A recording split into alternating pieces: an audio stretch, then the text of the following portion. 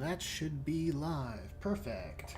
What's going on, everybody? Today I'm shifting gears. I was gonna resume the Possessed, get back to the Possessed unit, which I previewed on last stream. I was kind of looking forward to the Possessed Icon Bearer, but I did some planning behind the scenes, and I think the Terminator Sorcerer here is more important. So that's what I'll be working on today. How's it going, Kit Bash? You made it. You made it. I'm happy to see it. Okay, so we're going to start with the medals. I started them. However, there's a few areas I missed, and I want to give those medals a wash of Null Oil as well, so you know, it makes sense to do those first. These tube connectors should probably be metal, as well as maybe these skulls as well, because I don't, you know, when I'm trying to imagine the overall end result aesthetic, I don't think I want these smaller skulls to be bone color. Maybe this one here could be a bone color or a stone color. That might look good, but for the most part, I want to keep the bone materials on his trophies up here, and maybe on this little totem on his wrist. So, the color I'm using is Vallejo Metal Color Duralinium. Dura Aluminum. Jeez, every time this, the name of this color gets me. I got a playlist of relaxing Resident Evil music. Relaxing is in quotations, so I think there may be some surprises. Maybe it'll be moody. That's for sure.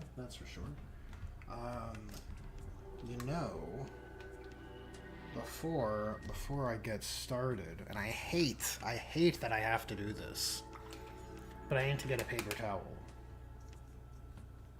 Paper towel is crucial for painting. It's sort of my safety blanket, and I need it. So I will BRB.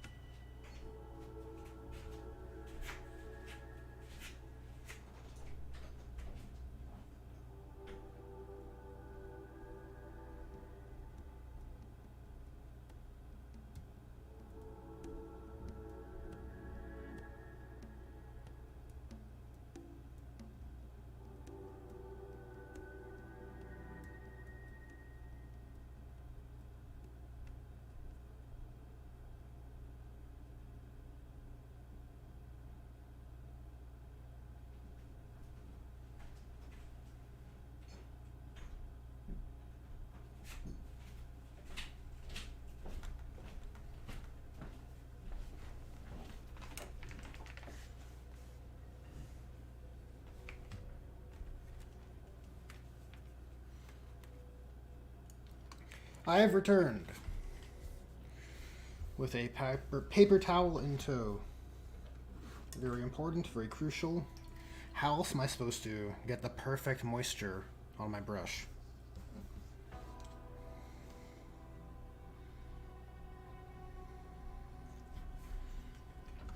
Alright, let's get this out of the way here. Perfect. Oh, how's it going, Coolisron. Building some models myself, and I'm going to paint a Vindicator. Nice! Yo, Vindicators are real good. Real good right now.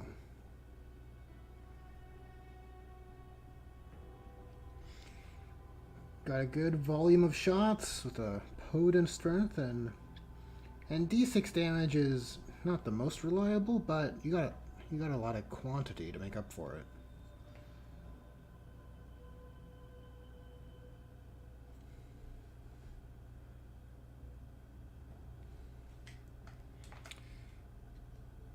some metal connectors there, and I said these skulls are going to be metal, right? That's what I said. This model was sitting in the pile of shame for a little bit, so I just want to get this dust off of here. Shouldn't be too big of an issue.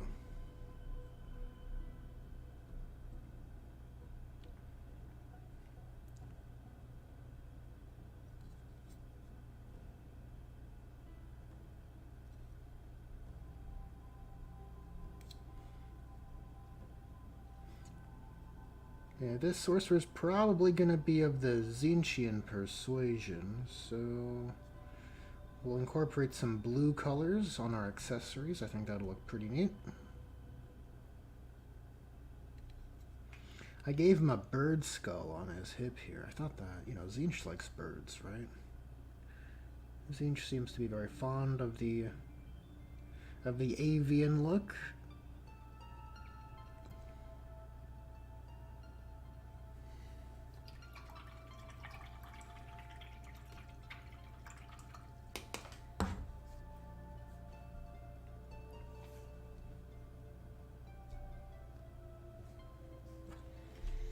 You only recently got your Vindicators, eh? Coolest run.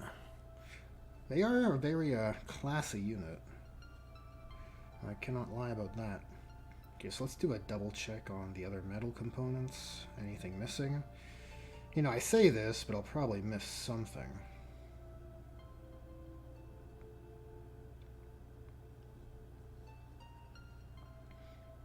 Alright, the only thing I want to do before washing these metals is to add some bronze to this power maul. I think that'll be a good color to break up the silver metal. So I'm going to use some old Balthazar gold, which is not at all gold. It's very much a bronze.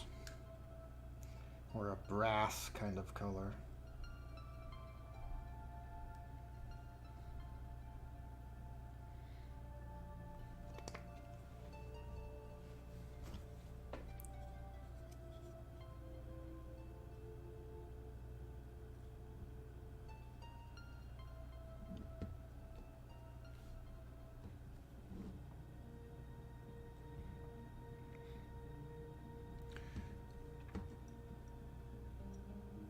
Relaxing in Resident Evil, Kitbash? You didn't think that could be a sentence that would pair well? Resident Evil has some of the most relaxing music in those safe areas of the game. And I suspect that's going to be a lot of what's in this playlist. There's something about the tense survival horror atmosphere that, or sorry, there's the tense survival horror atmosphere enhances those relaxing areas all the more. It's a pretty hefty contrast, those safe havens. You can finally be at ease. It's awesome. But it's bittersweet, because you know it's only temporary, right? You gotta leave that typewriter sooner or later. Ah, damn, Resident Evil games are so fun. Super fun. I think this is all flame effects down here.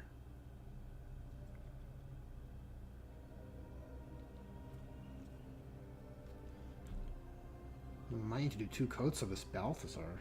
It's going on pretty uneven. Maybe that's not a big deal for an unholy accursed weapon.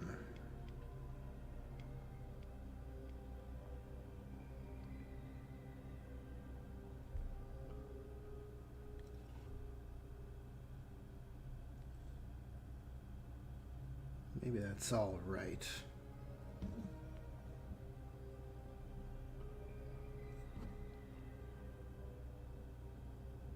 I mean, a second light coat with a little bit of our Dura Aluminum mixed in might lessen how cartoonishly bronze it is.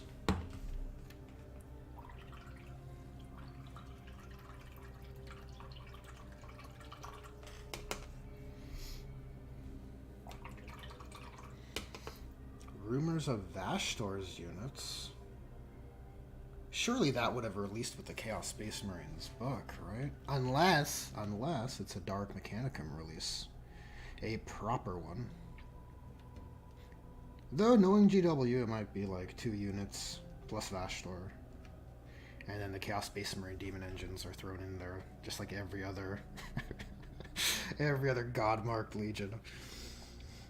That is that's something I could see.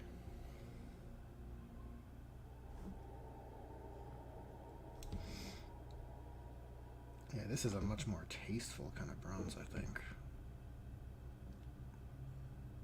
We'll leave the darker bronze in the recesses, since I'm probably going to put the Hexwraith in there anyways.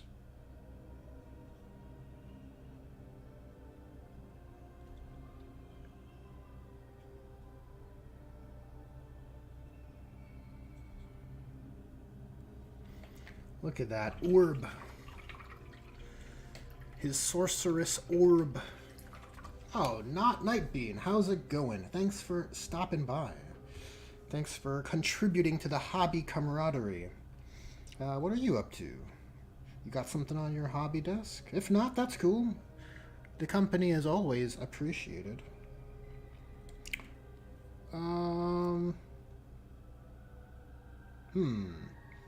There is one skull on the back of his forearm here, which we could hit. But I think, other than that, those are all the metal areas.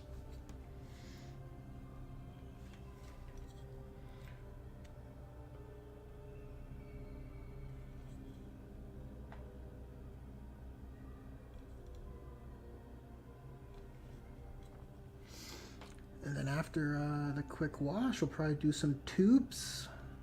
Some tubes and soft seals before moving on to maybe some Tzeentch skin. I want to give this guy's face a Tzeentch. It's an exposed face, you know, no helmet in here, so figured if he is a Tzeentch-aligned guy, maybe he wants to have a bit of a bluish skin tone.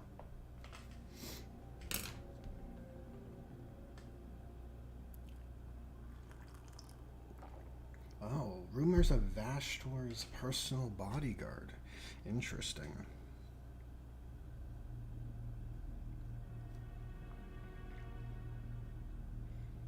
Okay, let's get some Nuln Oil going. Get my old safety tripod thing here for my washes. The safety tray.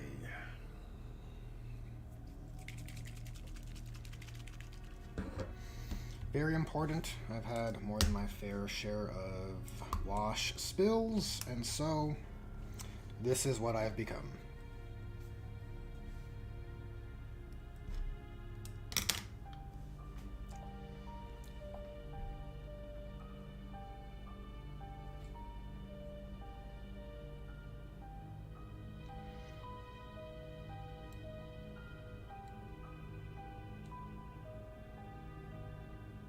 The Dura-Aluminum is certainly strong. I wonder... Benefit of hindsight here. Perhaps since I should have darkened it a little bit before when I did my initial application.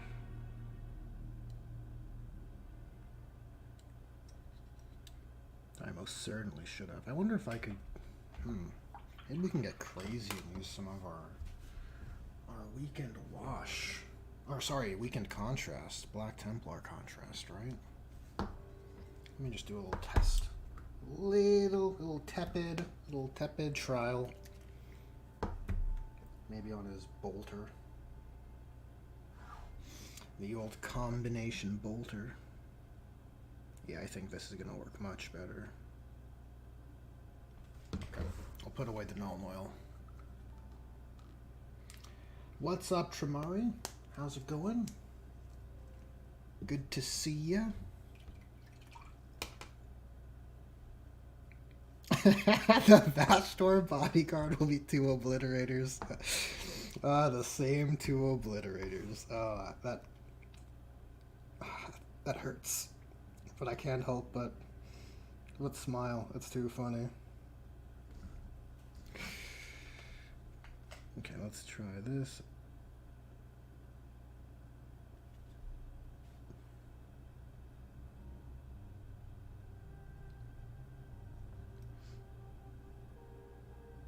Oh shoot, you know what we can do? What we can do real quick is get some of that bronze and paint those bullets. That's what we can do. Paint some of these bullets.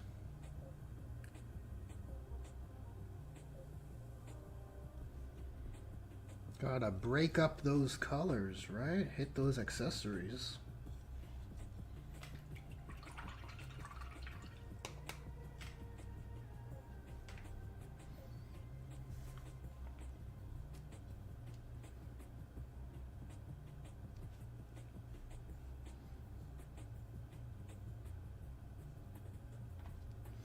You know, Vastra using obliterators as his bodyguards could, like, it should have been in his detachment if that's what they end up doing. My god.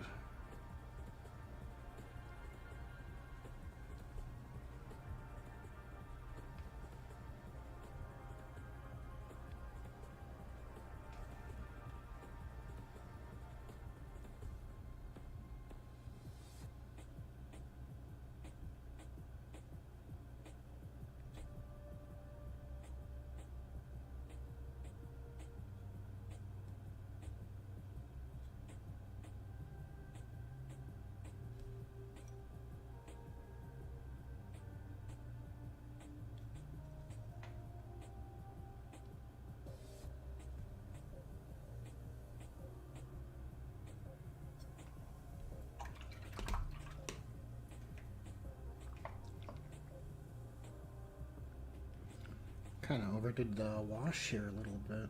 Not the wash, the contrast, the glaze. I don't know. Can you call it contrast if you've mixed in undiluted glazing medium in here? Probably not, right? That'd probably be inaccurate.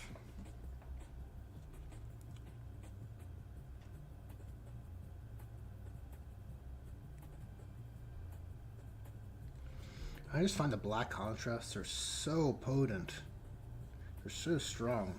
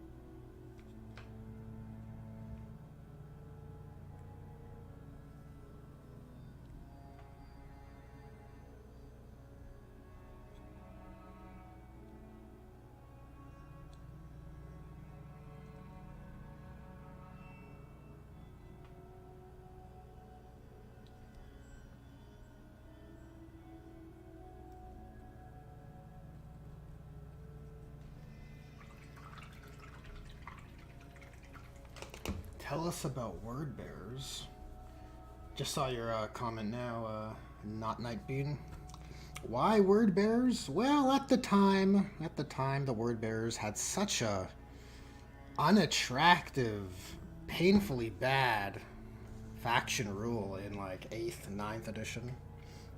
Not 9th. The 9th edition codex for word bearers was pretty good. Pretty good faction rules, I would say. But for 8th edition, oh boy. When the faction rule for word bearers in 8th edition was reroll morale tests, and I found it so unattractive for, you know, what is by all accounts a very cool Chaos Space Marine Legion, right? The first heretics, the ones that have fallen the most, the ones that exemplify the slaves to darkness, demonology. I don't want to say satanical, but you know, that kind of energy. You know, the dark rituals, the profane, all that, all those themes. They exemplify it the best, and all their trait was reroll morale tests. And I kind of felt bad. I kind of felt bad for the word bearers. And I also figured, in part, they probably get some good rules at the time. But yeah, I chose the word bearers for those reasons, and because no one in my play group was collecting them, which is always kind of a factor, I think, for players. It's kind of fun to be able to bring a different faction to your play group, a different flavor.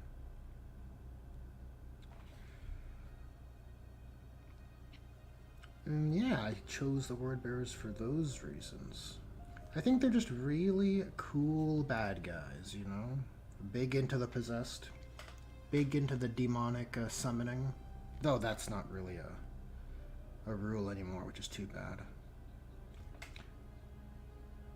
Too bad. I mean, you can have allies, and then I guess deep strike them, and then that's your summoning. You can pretend. You can pretend you've summoned them. But everyone else could also do that.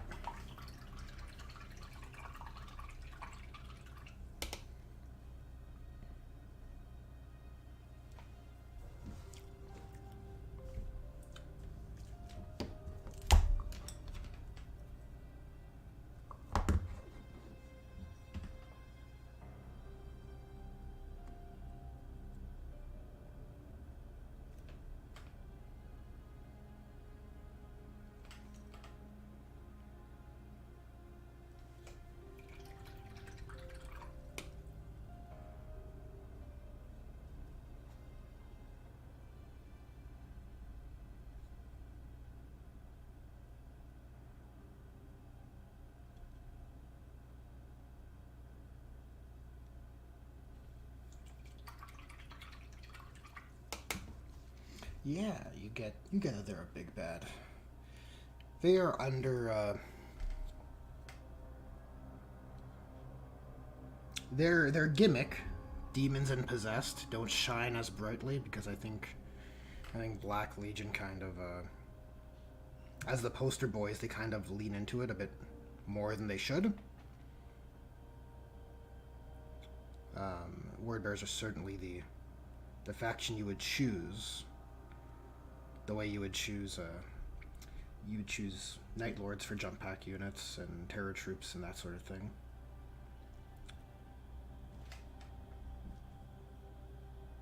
Alright, so I think all the metal areas have been darkened a fair bit, though the glazing medium does increase the drawing time.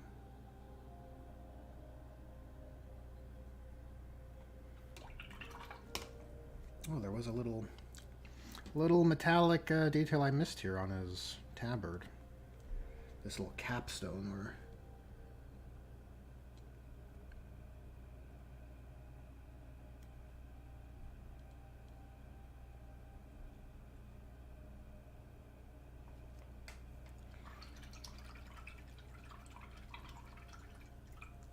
it's a piece of geometry from a 3D printed failure.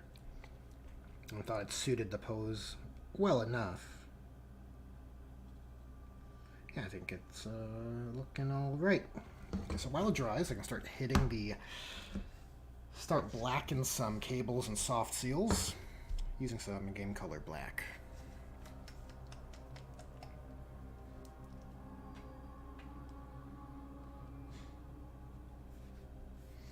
But on the other spawning in units you didn't necessarily pay for is so annoying. Yeah, I agree. I wouldn't want word bearers to just get free allies, free reinforcements for nothing. I think there should be a quantified metric to do so. There's certainly different ways you could go about it, but I think nothing is worse than doing it poorly, right? Because like right now, even for playing narratively, you can't summon in demons, right? It'd be nice to have some rules to facilitate the fluff bunnies out there at the very least.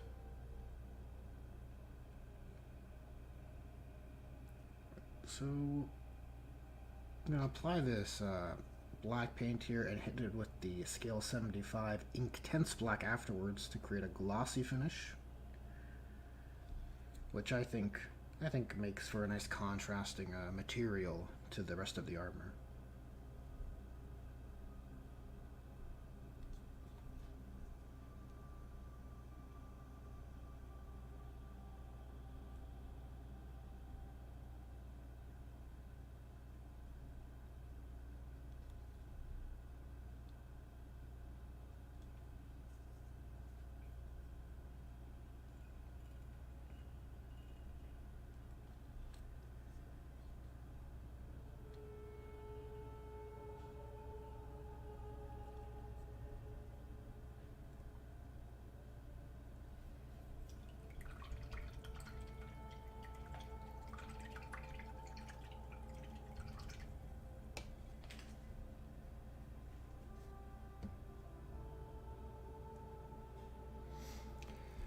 That does suck, Nightbeam. That does suck. I'm not overly fond of mechanics that are just pure recursion. I think there needs to be some tax.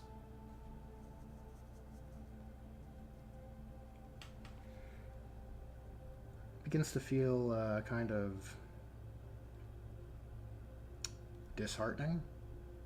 And I think the disheartening outcome, the despair one would feel in such a scenario, is appropriate for some factions, like in 8th edition when Death Guard could turn their cultists into poxwalkers. That was a pretty awesome mechanic, in my opinion. Very appropriate, it created despair, and it was limited in that you need to have infantry nearby die and pay the stratagem. From what I recall, that's how it worked.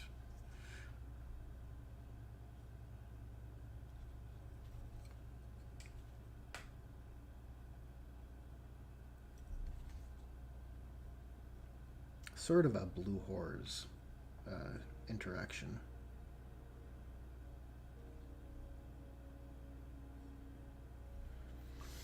How's it going, Sebastian?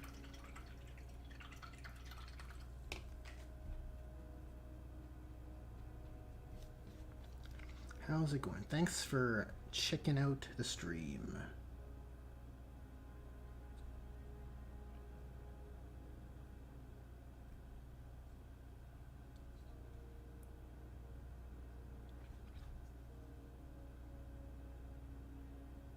Yeah, I'm sure Zinch would agree with you. I don't think change is always good. Like if for example, Zinch is winning the great game, and then Nurgle comes in and steals some ground, steals some victory from him, I don't think he'd like that.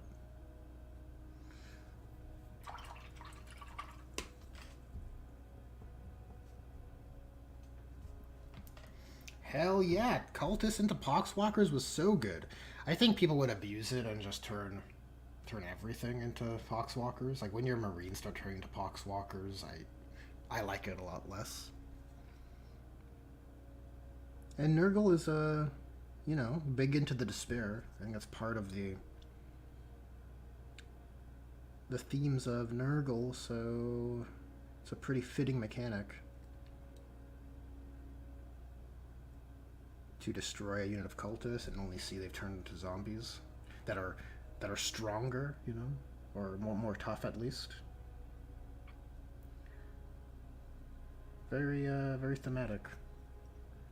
Such a cool mechanic. I don't know if it's been around since 8th edition.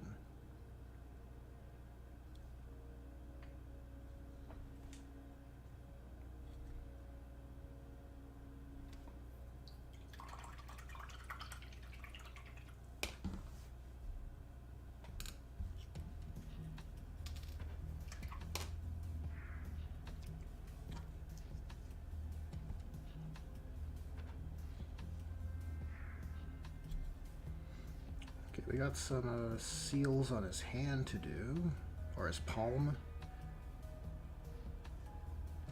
He's casting a Gift of Chaos.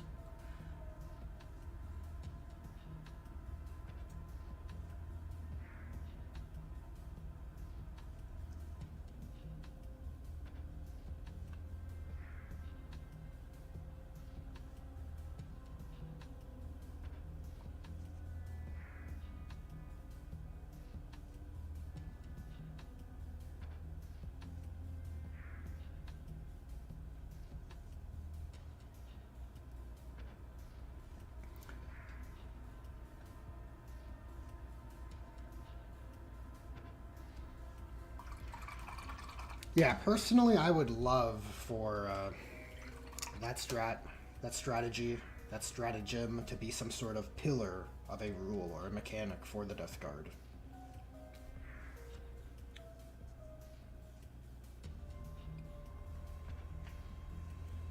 I think that stratagem could also be used against enemy infantry as well. So when you kill the enemy's infantry, they could also turn to poxwalkers, which is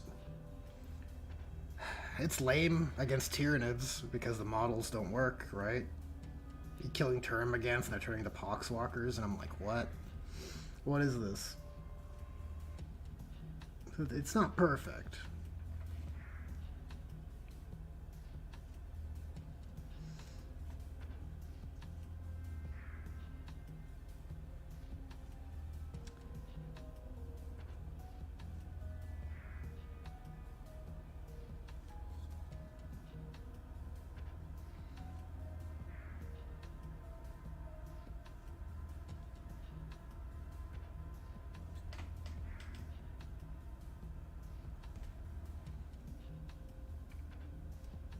Any other soft seals? I think I got all of them. Though the tubes need another coat.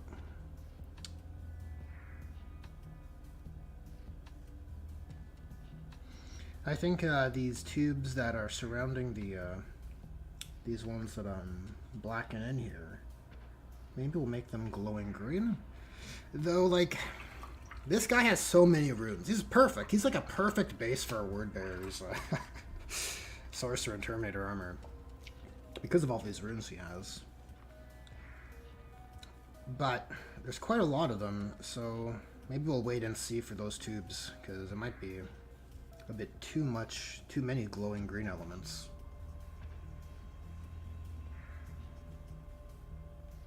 You know, when you put a few glyphs on a legionary, you're definitely in the less is more zone, but on this guy, he's a more is more.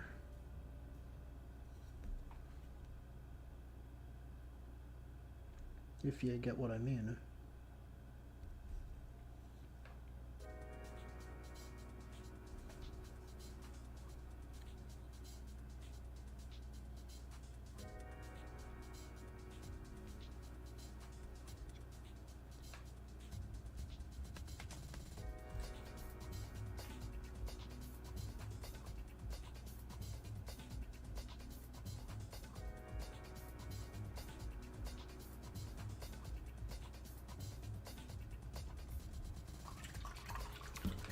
What's up, handyman?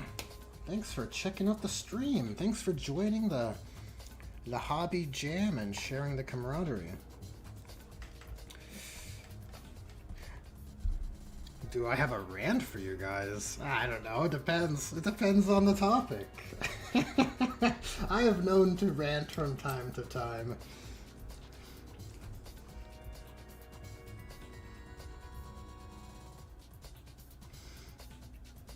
Am I overdue for a rant? Is that what you're saying? This is a bit strong, eh?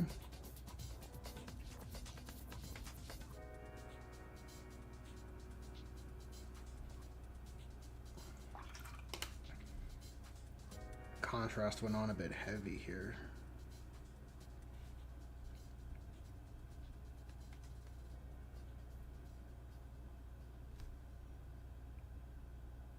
Seems to be okay everywhere else. It's a little heavy here too, but probably wearable.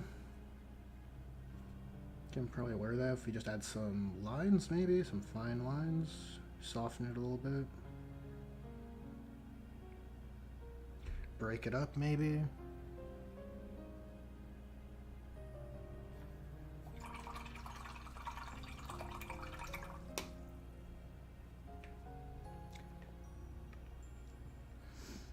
What is next?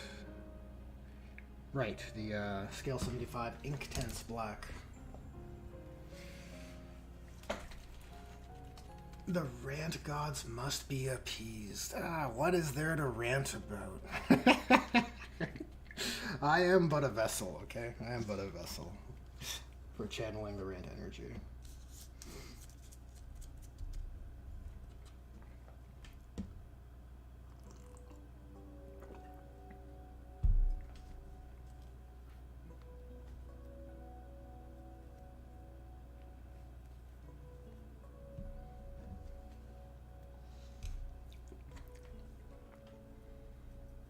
I am very curious to see how Age of Sigmar faction rules pan out.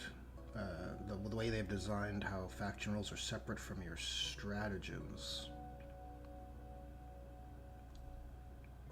It's a very intriguing premise. I can't help but look at it fondly compared to how 40k's faction rules are situated, right? And it could be just the grass is always greener kind of effect. But at least in theory, I feel pretty strongly about the idea of your faction toolkit not fighting against the core stratagems with CP to be a good thing, a good choice.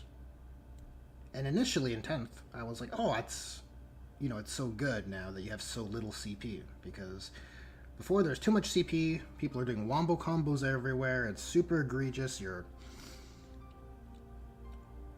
starting the game with 18 CP, you'd have these lists, right? And it was too much. And so you go from that to 10th edition, we have very few CP. And I thought it was a good thing to be able to, now you have to choose, right? Do you want to use your big combo, or do you want to use a cheeky counteroffensive? Maybe that's not even the best example. A cheeky grenade stratagem, a cheeky tank shock, right? But now, having played, 10th has been around for a whole season now. Having played games throughout this first season, I just find so often I'm fighting my own desire to use my faction toolkit abilities, like my stratagems for my faction, with core stratagems, right? Like you'll be in a situation like, I'd love to use my faction's special ability, my signature tool, that's sort of a pillar of my playstyle here, but I need to save 2 CP for a counteroffensive. And I can't help but feel dissatisfied with that outcome. Maybe it's only a dissatisfying premise now that I've seen how Age of Sigmar works, where your faction abilities are all fixed and essentially on a cooldown. It's very interesting. Just catching up on chat here. Oh, Kitbash. Oh, thanks, Kitbash. Thanks, Kitbash. Progress looking good. Yeah, this guy will come together nice. I was really pleased with the conversion. He's got some candles, because he's a holy man. And he's got his power maul. And some other smaller accessories. He should come together real nicely.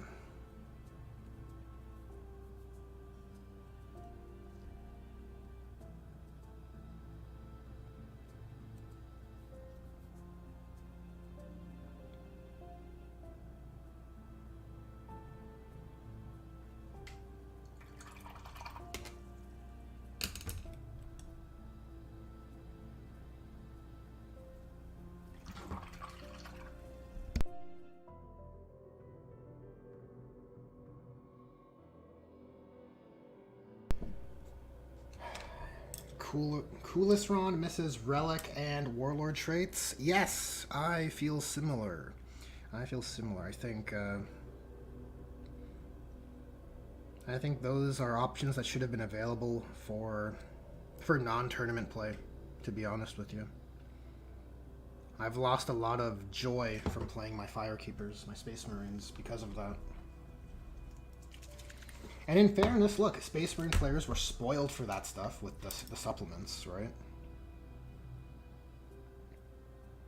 But regardless of that, having half the layers to create your custom characters is certainly less fun on the face of it, right? It's a concession made for turning 40k into a tournament competitive game.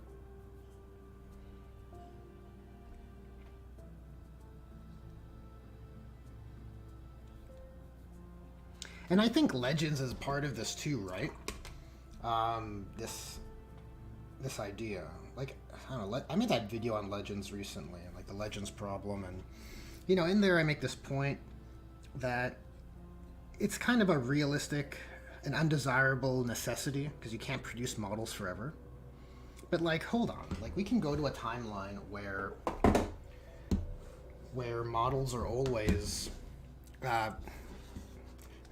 models aren't always in production forever, because obviously some models are super old, but their rules as units could always be valid, right?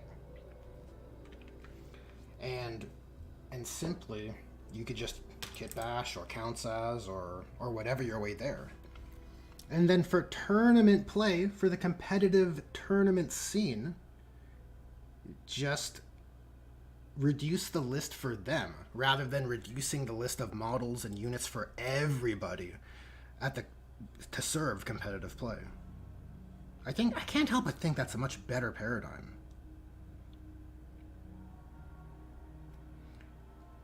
Like, why is it that everyone must bear the cross, so to speak, for tournament play? Well, those models don't exist anymore, so it's too hard to manage for tournament play. People would scratch build their units and model for advantage, etc., etc. Fine. So remove those units for competitive play. Why does the narrative or the thematic players, casual players, have to operate to those standards, right? Like, Legends should not be... I don't know, it feels like it's backwards, is my point. You gotta take off, Kit Bash. Well, you take care. Thanks for tuning in. Thanks for tuning in, buddy. You take care.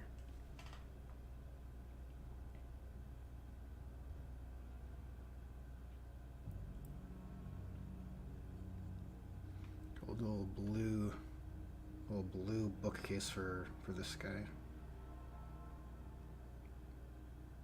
And I'll probably blend it up to that turquoise. I think that'll look real cool.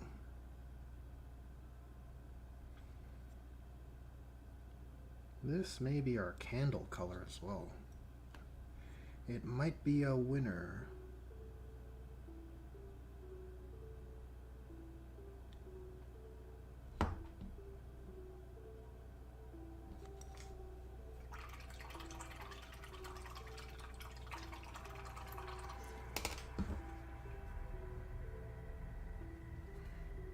Blood Angel's capped and tougher than the lion. Jeez.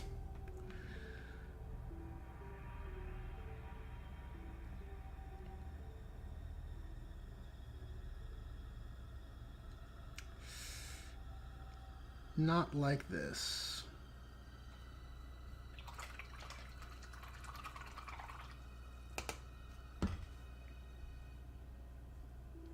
I 100% agree, not Nightbean. You're speaking truths.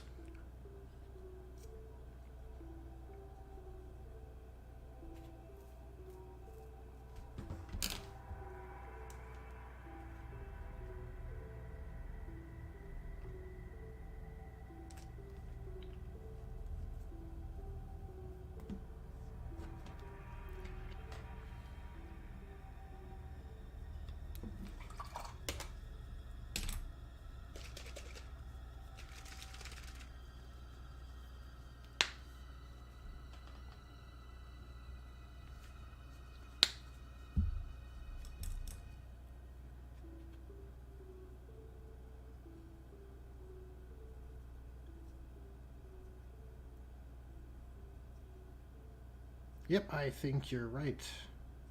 Separate competitive normal play, not narrative, from normal play. Yep. Yep, it's certainly less fun to have half the mechanics that you can layer to make your custom characters, and then only have, like, what was it, like a third? Maybe a third of your mechanics available from the giant list of relics and warlord traits.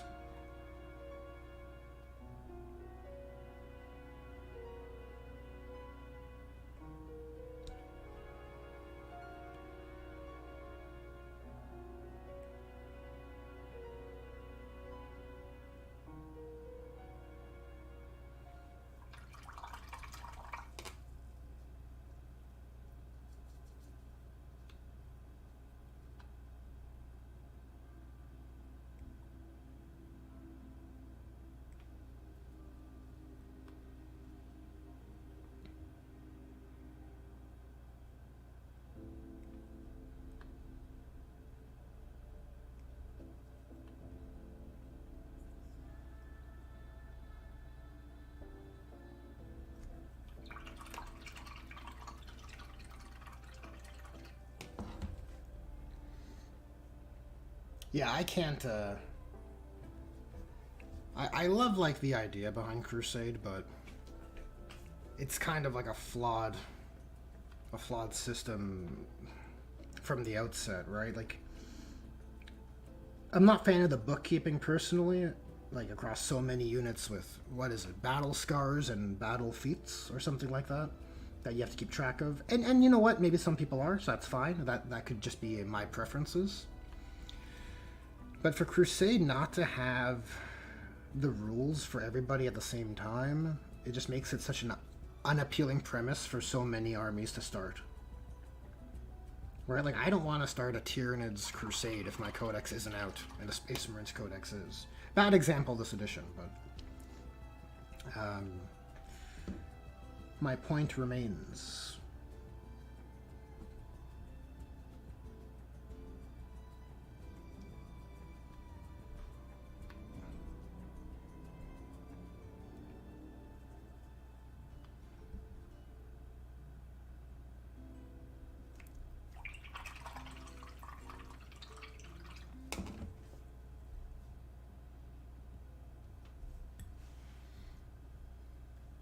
Tons of abilities also get really weird on characters. You can choose abilities on Crusade, give Scout to a Terminator Captain. Yeah, that's weird.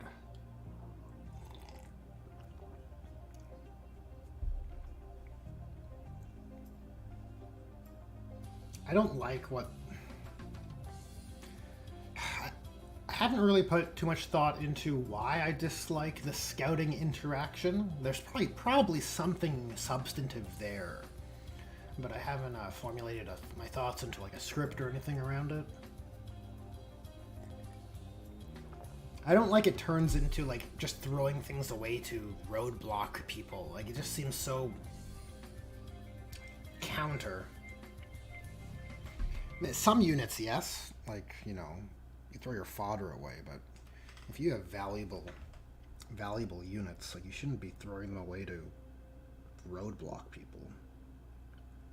Like, a Space Marine Scout is an incredibly valuable individual, right? He's one of the rare few that had the potential to become a battle brother. You're not going to throw him away to roadblock berserkers. It's so lame. Not even berserkers, because at least they're like elite, like orcs or hormagaunts or something. Gene stealers.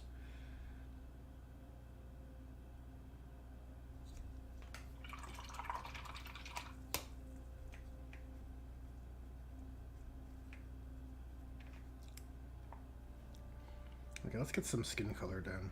It's a pretty fun transition on the book. I don't know if that's too strong. We'll have to see. I might have to mute that down a bit. We'll see how the rest of the the look comes together. In any case, it's behind them, so it's not the most offensive.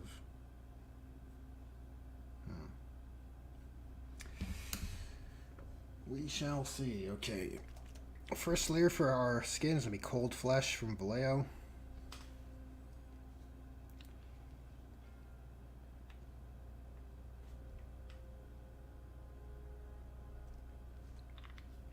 Yeah, you have an Eldar and Khorne Demon's Crusade. Yep, I can see that. Yeah, demon rules are also super sad right now. No enjoyment playing Slaanesh demons this edition.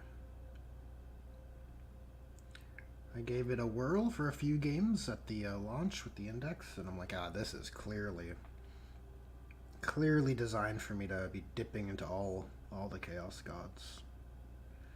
Into all the demonic alliances. I don't, as a mono god demon fan, and by that I mean I think that's the most enjoyable way to run demons, with exception. Like there are exceptions, right? It's also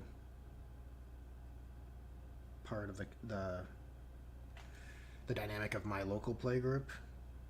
The demon players tend to be running mono gods, not the Grand Be'lakor Alliance.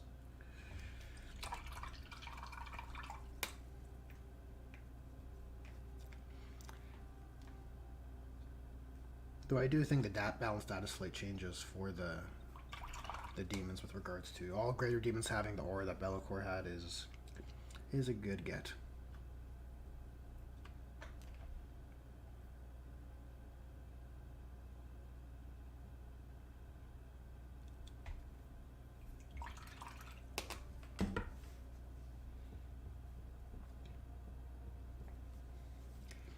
Yep, exactly right, Coolest Ron.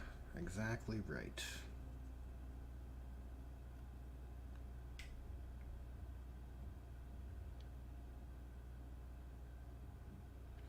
Though it does suck when your greater demons have been price pointed to hell because they've been providing greater value in combination with other tools. But that's not a problem with demons specifically. That's just a rules management thing.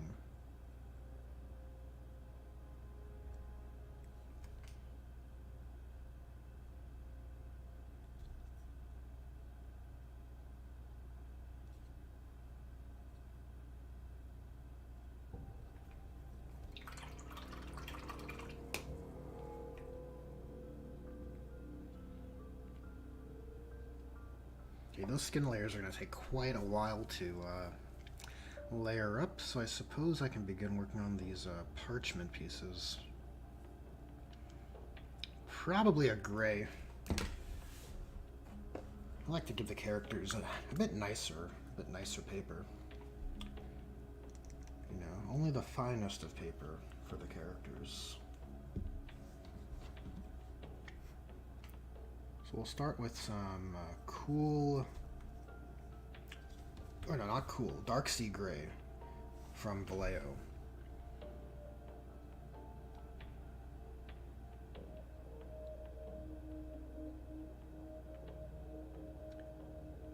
And maybe wash this with Colia Green Shade. Keep it nice and cool, nice and crisp.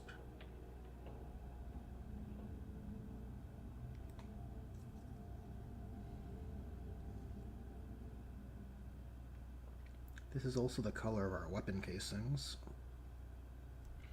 which is convenient because I'm not fond of just adding so many different materials to a single model.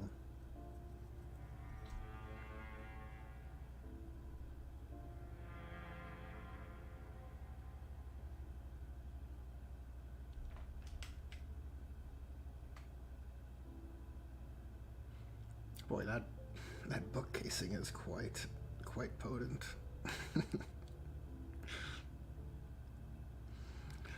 It's too much.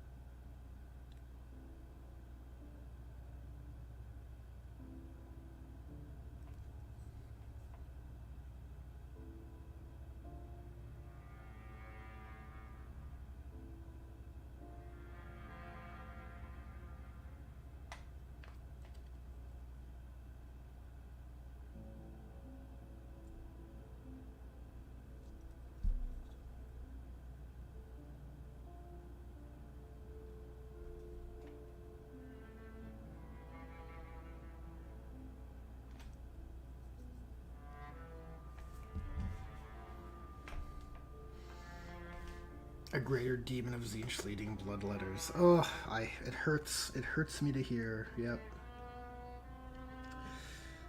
Thankfully, they can't literally lead them.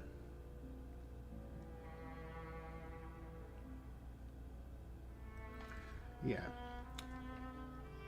Such bitter rivals as far as demons go. It's definitely an odd pairing to team up. Like, you'll have your narrative cases. You'll have your Siege of Terras, you know, that are of importance, of such significance that the demons will put their petty differences aside, right? But that seems like a very special scenario.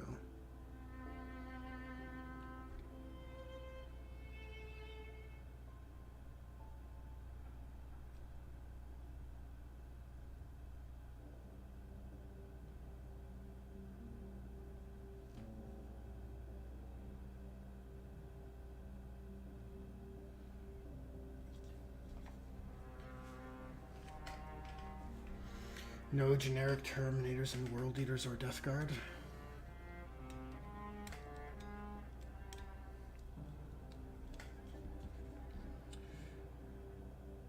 Well, you have kind of generic Terminators and World Eaters now, don't you? They're just called World Eaters Terminators. But I'm pretty sure it's the same, yeah, it's the same kit.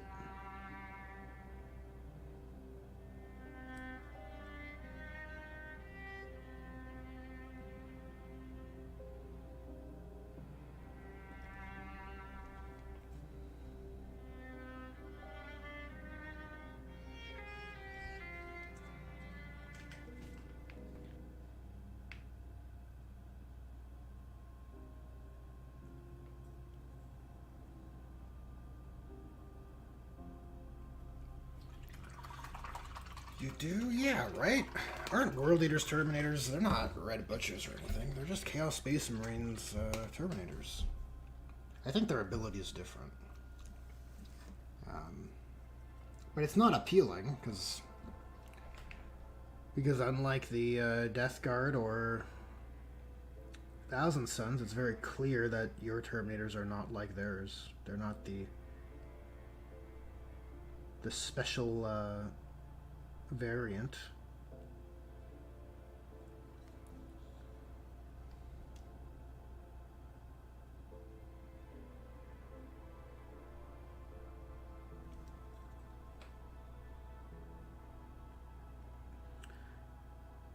And as lame as it was for World Eaters, like, what a pathetic range, right? And now it's so awkward with this leadership system. You have a mounted unit that has, or a mounted HQ that has no mounted unit, and then an on-foot unit that has no on-foot leader, aside from Karn the Betrayer. Super awkward, and at the time, it was such a sore sticking point, the fact that there was no Red Butchers in the World Eaters launch release. But now, like, the situation's made so awkward because now, with the way the leading units works, it's more important for the World Eaters to have a mounted unit than the Red Butchers.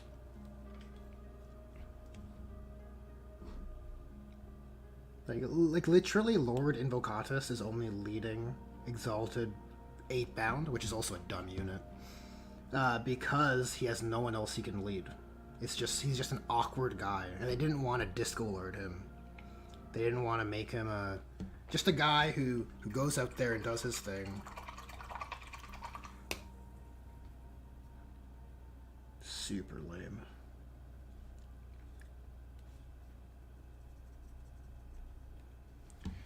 This paint is so watery. I wonder if I have to shake it more. This cold flesh. Let me try it. I'm gonna mute myself.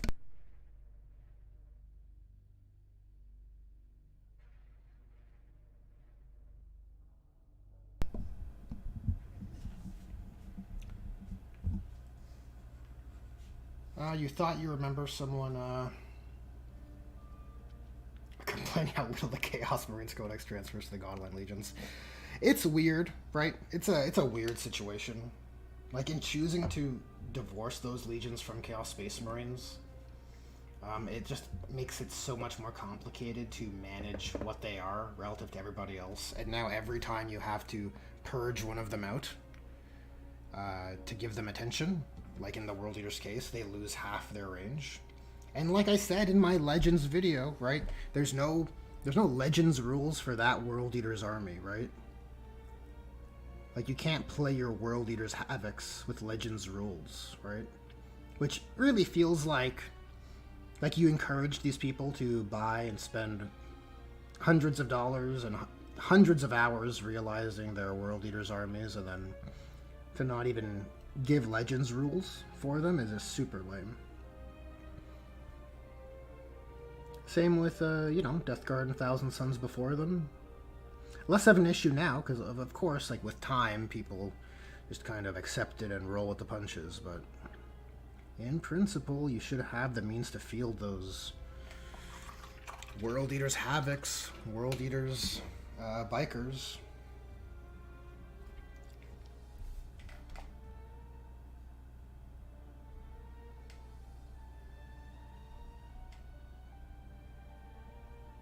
Yeah, shaking that paint pot with all of my strength definitely fixed the application.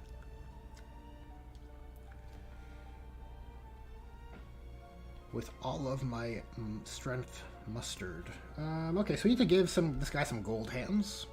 Because he's a character, he's a leader, and I signify the holiness with which one has in my warband with their gold hands.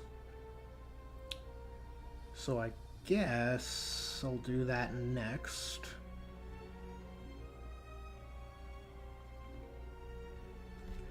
Maybe do some bone colors as well. Where's my gold at?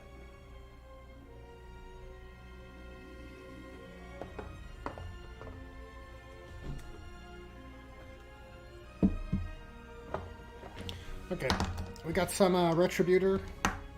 It's not my favorite, but it's a decent base color. It has good coverage. It's a bit too warm for what I want, but we'll be layering up with some Green Stuff World gold.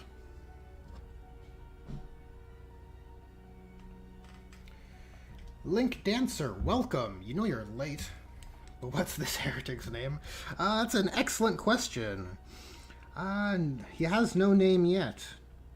I've given my other Wordbearers characters names because I bought nameplates for them at the time. And this guy is intended to be amongst them as a peer, but I don't have a nameplate for him. So he will be, unnamed for now.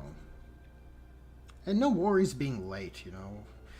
I'm out here hobbying like I would be regardless. And, you know, whoever happens to join in, that's just a bonus. It is very much appreciated, though. Knowing there are people tuning in and perhaps even hobbying as well on their own projects helps boost the hobby morale, you know?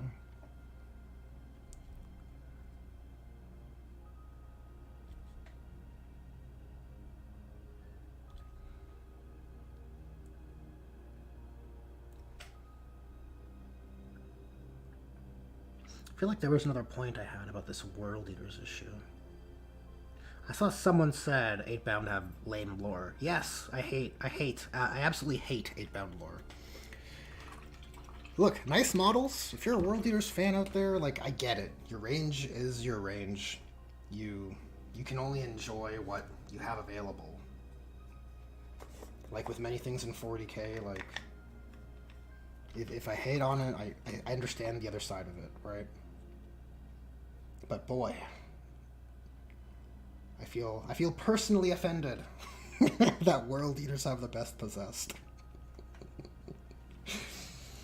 I can't wait for the Word Bearers to get the best jump pack unit or the best terror troop. It's so awkward. They could have just said they were Berserker champions, arena champions that have proven themselves to Khorne and received the biggest of muscles, right? But no, they have to be possessed by 8 demons.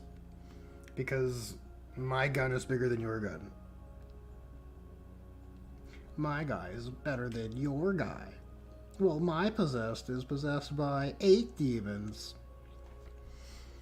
And my Word Bearers possessed are over here, just like, oh well. This isn't awkward at all.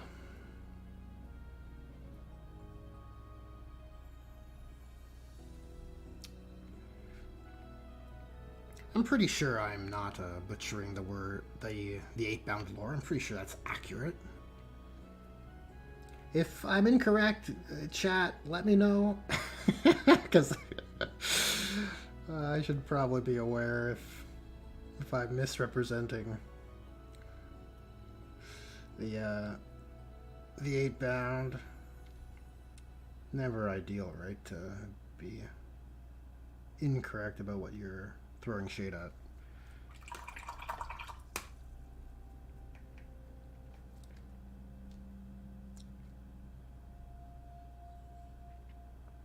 This guy's got some seals on his leg too, which I missed. Well, the coat isn't that clear, so it's not the worst. We have to come back here a little bit anyways.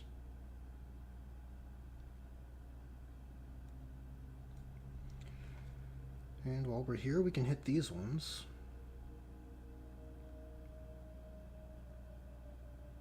I think the word bearers are one of the few traitor legions I can get away with parchment and seals.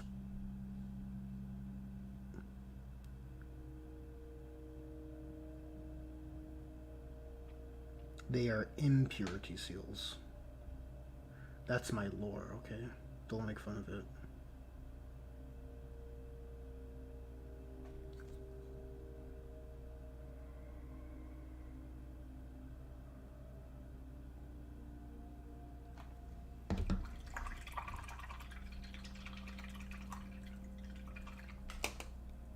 Oh, you're not wrong, not Nightbean. Yeah, the Word Bearers did have the Ashen Circle. A very cool unit.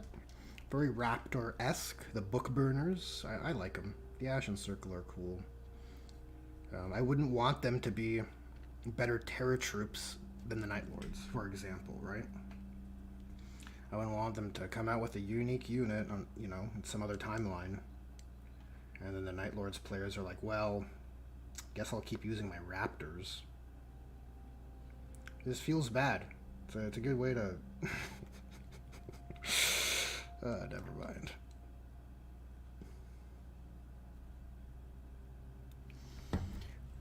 What's up, Pyro? What's up? Thanks for tuning in. Good to see ya. Let me read your @ here. So we are both right and wrong. I'm right. The normal 8-bound fight for control against 8 other demons. However, Exalt 8-bound are possessed plus. So you're mega correct there. Okay. So the Exalted 8-bound are the ones that have, like, wrestled control, where the regular 8-bound are a bunch of wackaboos who are just... They ironically look... Even the unexalted, the standard 8-bound, ironically look less possessed than the single possessed Space Marine available to Chaos Space Marines. It's very awkward. Very awkward design. And the Exalted possessed, or sorry, the Exalted 8-bound look more possessed, right? Don't they have fangs and all that stuff popping out of their armor? I don't know. I don't know what to make of it. Really, to me, okay, to me, an 8-bound should look like a Chaos Spawn. That's my hot take, okay? They should just be a bunch of wacko guys running around, with no care for tactics or task. And the Exalted 8-bound can be your guy who's like, oh, I'm in control. I'm in the driver's seat. I can go to objectives and kill everybody. But I think it still would have been better if they were just arena champions that just proved themselves. They killed 888 people or some bullshit. some dumb feat. They claimed that many skulls for Khorne, and now they're exalted. They've proven themselves.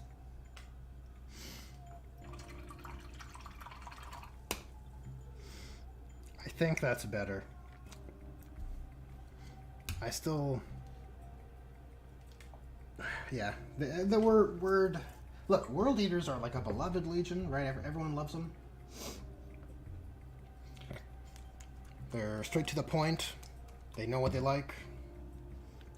They're not about sneaky, deceptive tactics. They just have such an awkward range, and from a word bearer's perspective, I am unenthused, let's say, you know? Hopefully when their codex comes out, they get some riders on Blood Crushers, you know?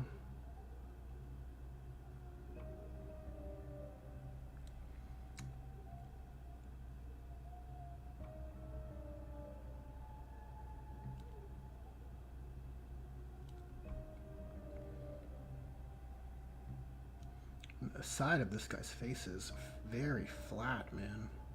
Super flat. It's like I wonder if this was a head that was supposed to look the other way, and then I put it on this guy's head instead.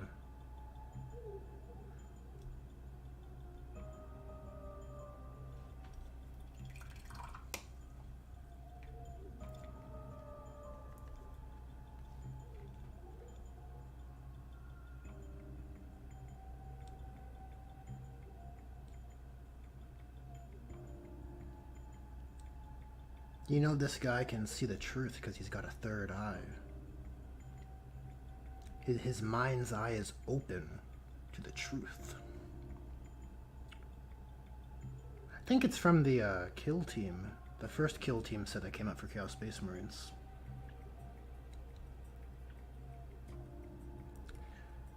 It's a pretty cool head, though.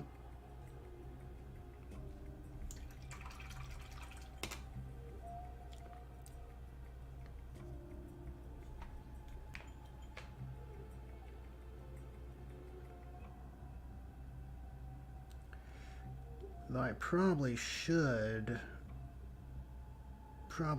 begin painting, or get some magenta for his mouth.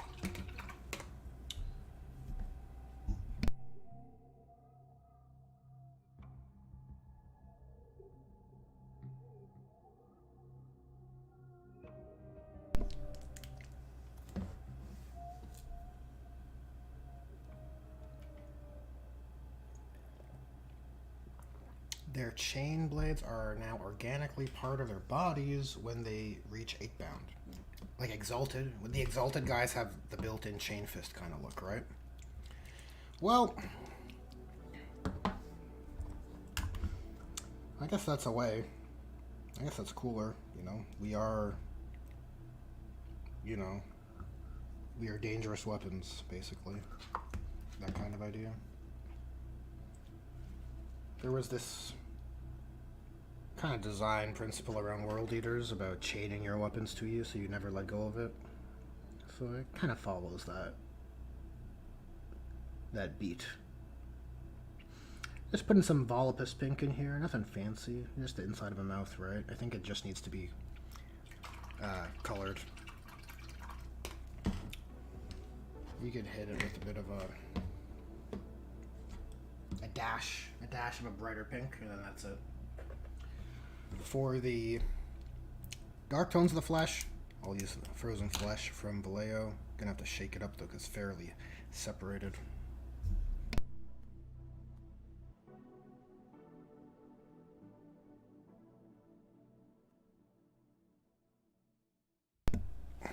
Fun fact, the Black Templars, I think, stole it from the World Eaters. Not stole it, I think Sigismund and Karn were like duelist buddies in one of the Horus Heresy books, and they were like rivals.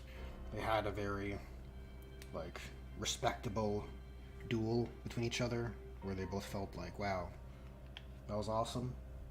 You are so skilled, I am so skilled. And I think Sigismund adopted the thing from the World Eaters. If I'm incorrect and spreading misinformation, let me know, chat. But I'm pretty sure that's the origin for the Black Templars' weapons. Yeah, you know what? Yeah, I'm fairly certain that's correct. In one of the more recent Dawn of Fire books, there's a Black Templars... some Black Templars engaging in combat with some Death Guard, and the Death Guard Legionary comments how they're just pale imitations of Sigismund or whatever, who stole that from not stole it, but pilfered it. Well, he framed it very negatively, because he's a grumpy Death Guard.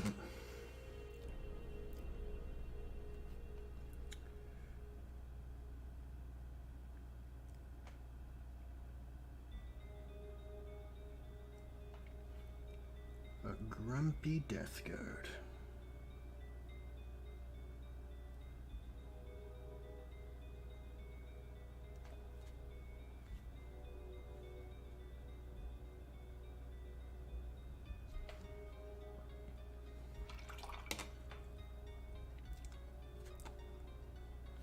put some dark colors into the recesses of his eyes here. This will help with readability.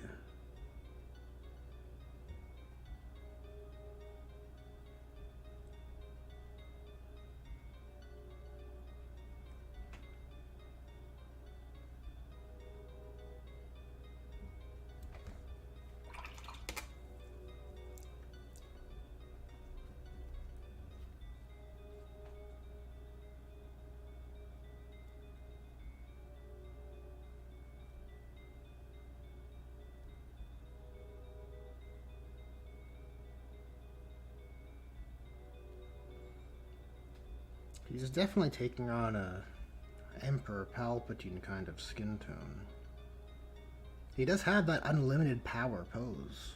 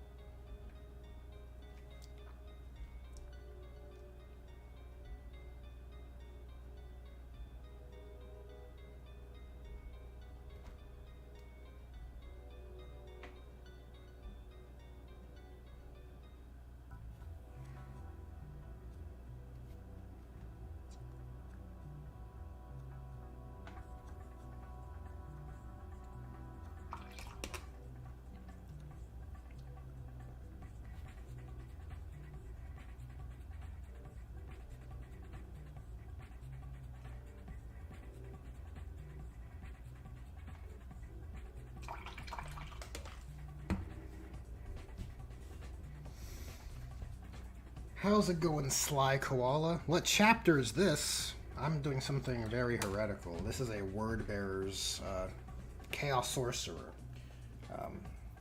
But fair question, because I've used a Loyalist Space Marine model for the purpose. But I think that's in line with the Wordbearer's shtick. Corruption. Making that which is pure profane, right? Seems par for the course.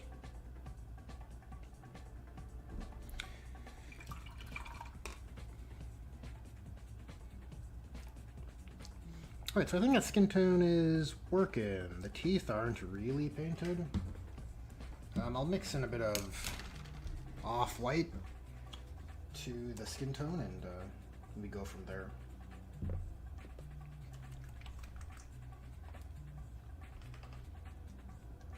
Actually, I have this brighter skin color here, white flesh. Maybe that's a decent base color for these teeth.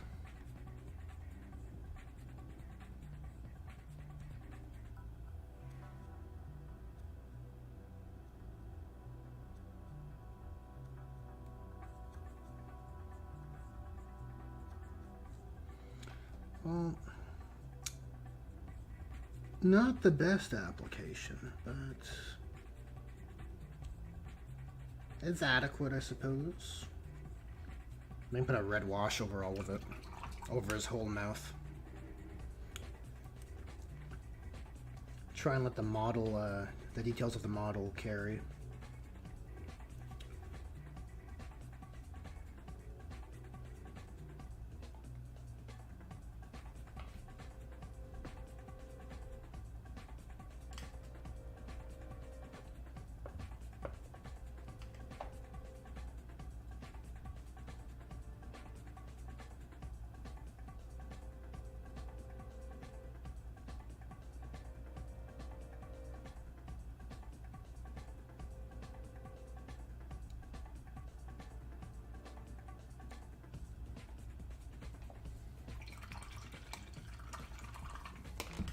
Yep, Chaos Conversion, Sly Koala. Chaos Conversion. He will be a Chaos Sorcerer in Terminator armor. He will spread many gifts of chaos and do whatever that ability he has is. Death Hex. Oh shit. Oh, we've made an accident. No!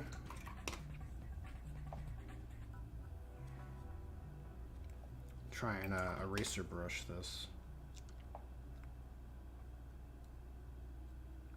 Okay, we'll come back to this hand. I can't really paint on it while it's wet.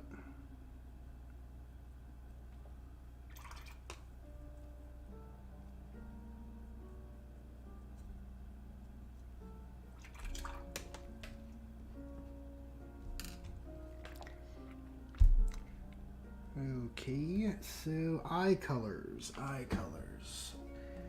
What are we thinking, chat? Do we just give him like glowing green eyes? I don't know, like this guy's gonna have so many glowing green elements.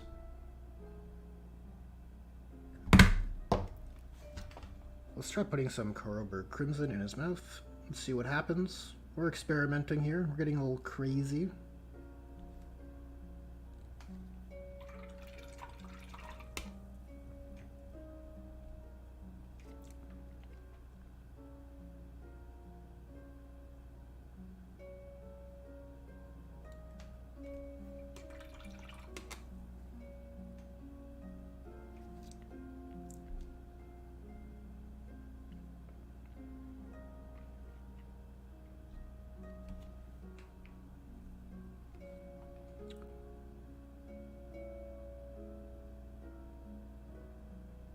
Maybe the dark Prussian blue might be a good color for the purity seals if he's a Zinchi guy.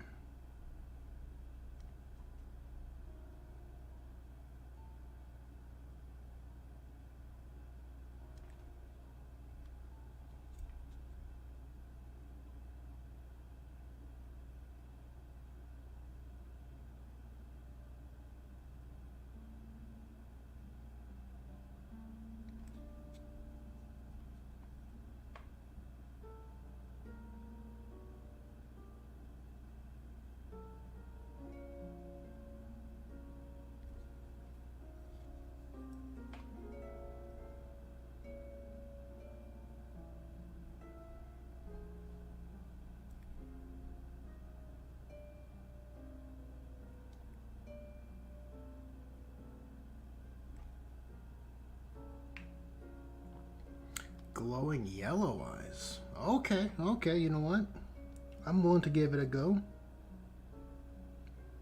Got my yellow ink here. Maybe I'll use some of this, what color was this? White flesh. I have on my palette here as a base, and I'll put the ink over top. It could yield. What about his augmetic?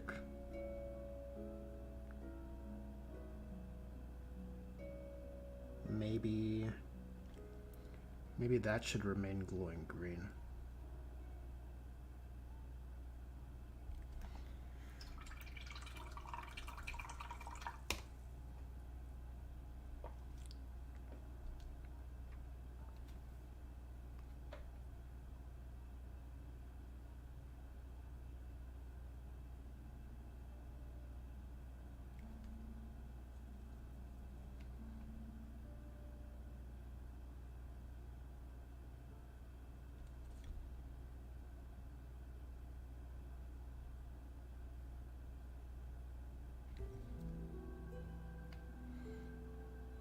Yeah, I think this is definitely gonna be my candle wax color as well. This should work.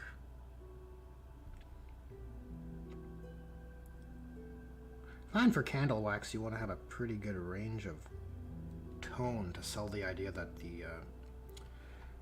the wax has like a subsurface, not semi-transparent, but light should be able to go through it.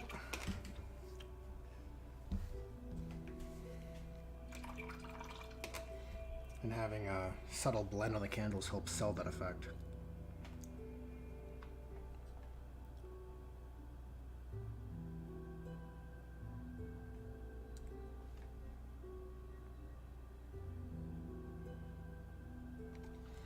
The book is probably going to have to change, because now it's the same color as our wax. And I don't like the idea of a wax book cover. That's like probably not the best idea. Maybe go with a black, right? I think that might look better. Just keep it black, blend to gray. It'll look fine. Yeah, it's too blue. Way too blue. Got too excited and blew myself. Let's get some gold going. The hand should be dry now.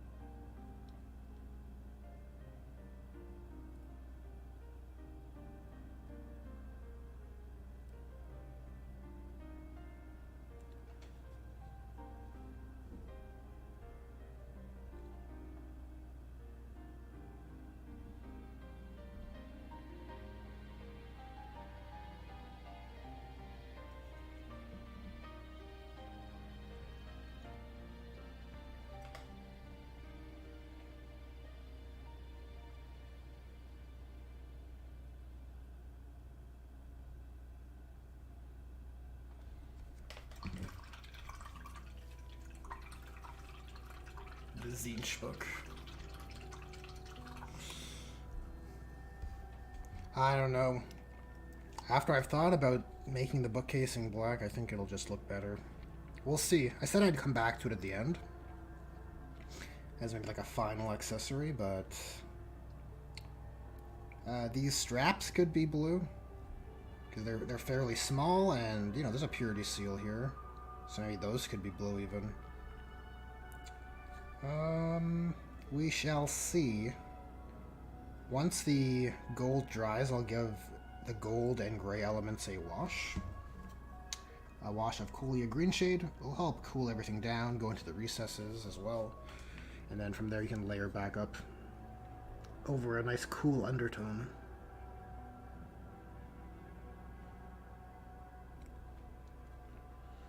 Okay, let's paint those eye holes.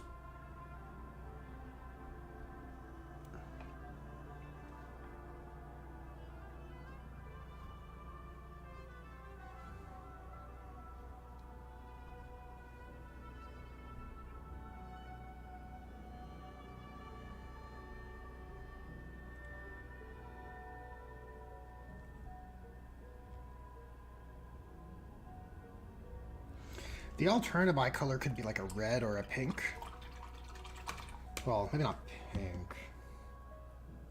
Well, it might look pink regardless, but... Because I do love the Resident Evil 4 cultist aesthetic. It is sort of how I used, well, yes, it is the look I aimed for with my cultist models. And this guy certainly has that same kind of pallid, cold tone. So red eyes are an option.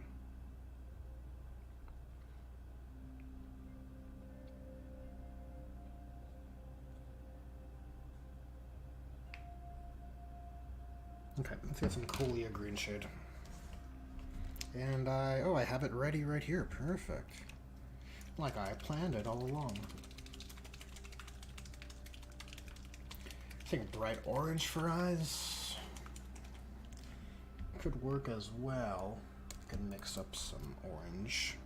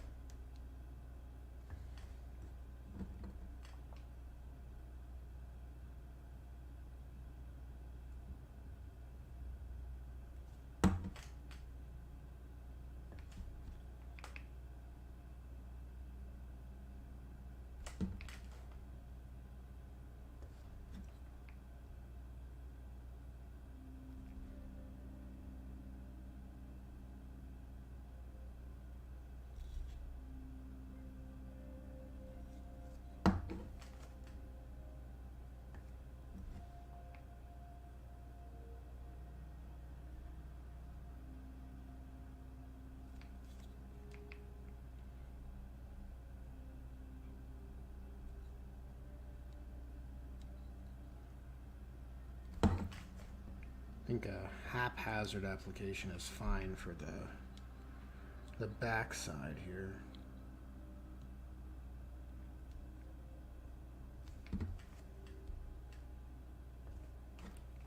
Then what remains? The weapon casing.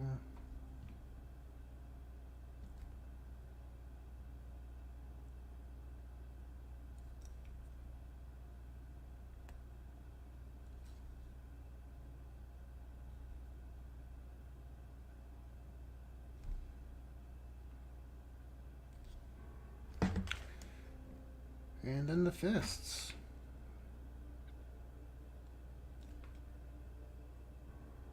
Which does a lot for this very warm gold. The gold I like to layer over top is, I think, called Shining Gold from Green Stuff World, and it's fairly vibrant, low saturation. And I think it's like an ideal layering color for gold. For making it look very shiny but not warm.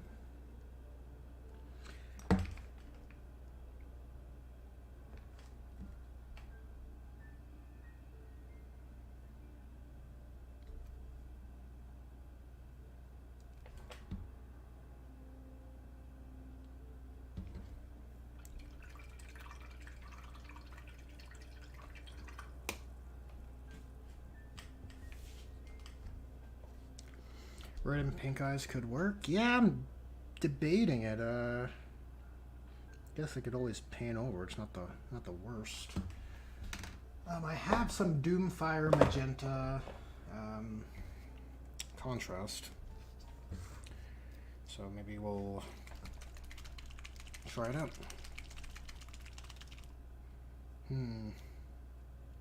Trying to imagine how it'll look with a green augmetic. I don't know. It's a bit of discovery.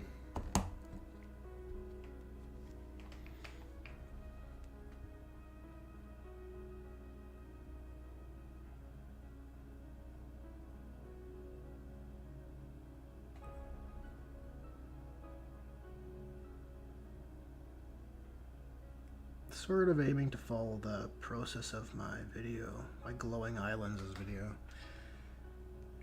Then we'll hit the centers with a bit of Doomfire mixed with that, well, an off-white. I'm just going to use the white flesh on my palette.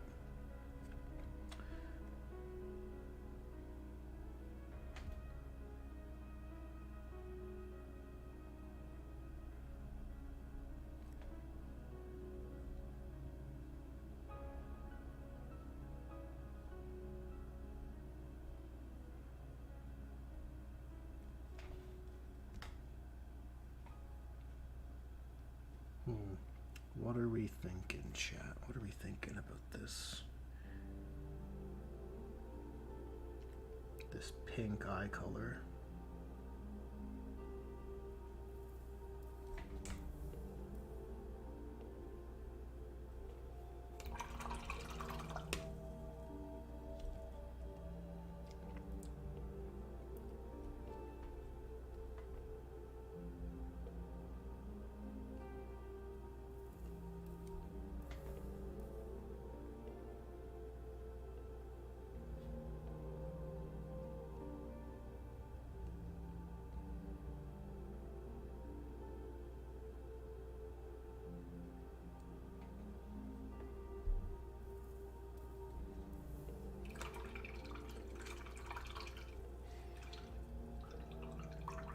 Don't know how readable that is on stream.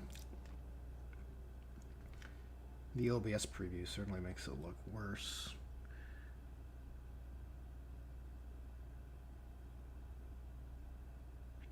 Ew, his teeth look so gross now. Ew!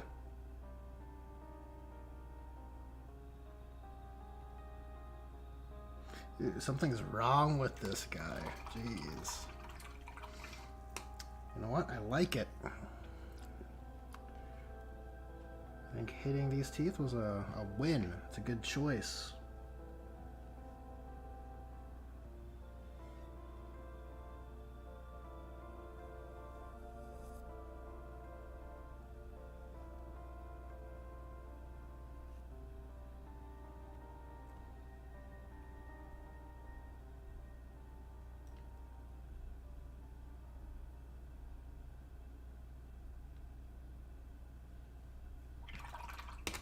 Might have overblown that back tooth a little bit. It's gonna get a bit of Volupus pink. Mix it with some of my glazing medium and see what we can do about that.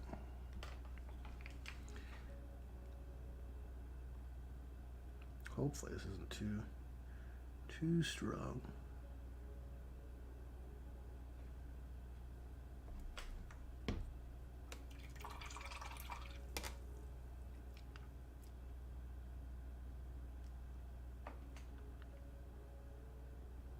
I'm gonna separate those teeth. Perfect, that's better. God, that's so gross.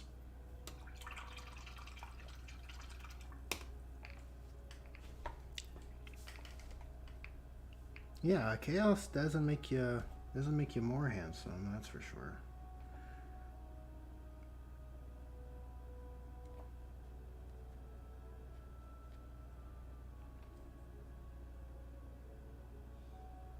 Gotta soften the highlight on his nose too, because he looks like he's kind of like he's at the beach a little bit. You know, got like a big streak of sunblock on his nose.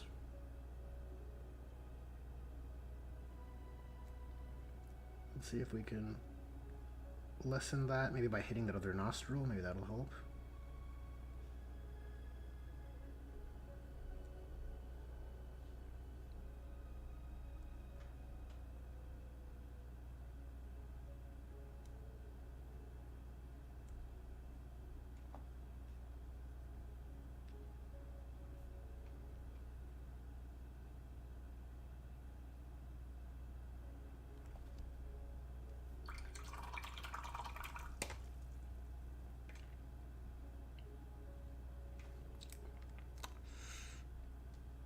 Oh shit, I forgot to do this parchment.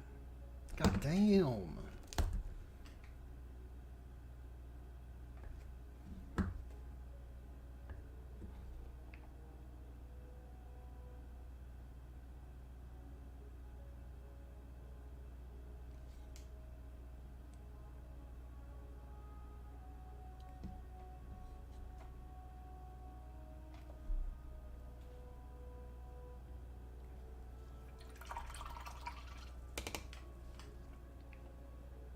Give one of your Alpha Legion guys sunglasses.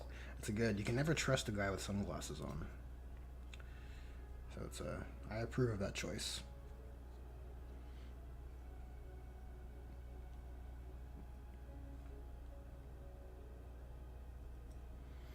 All right, let's paint some skulls.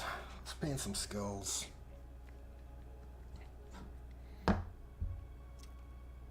Yeah.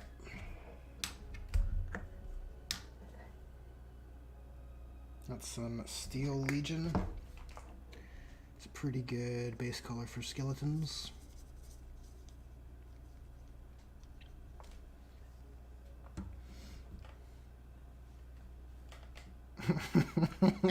Do you like my sunglasses? Oh, I love it. I'm sad. I'm actually sad my mind didn't immediately jump to that. That's a great clip. I should use that more in videos. I think I might have used it in one of them. One of the memes. Did you like my sunglasses? Whatever his accent is, like British accent. It's a bit more sophisticated than that. His accent's pretty cool.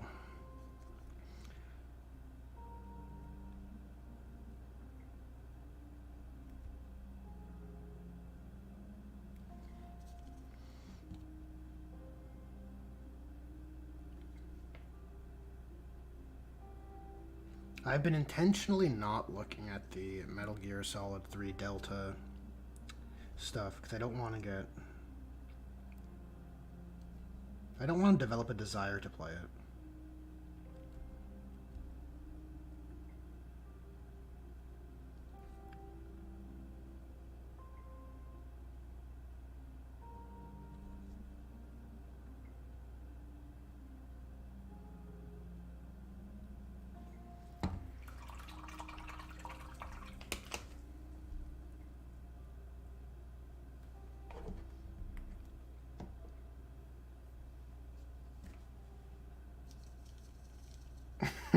Your favorite is Snake yelling like when they're hurting his back.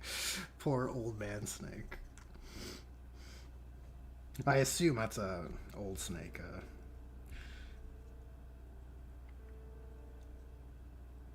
Quote. The young Snake does yell liquid all the time. But you wouldn't hurt his back doing it.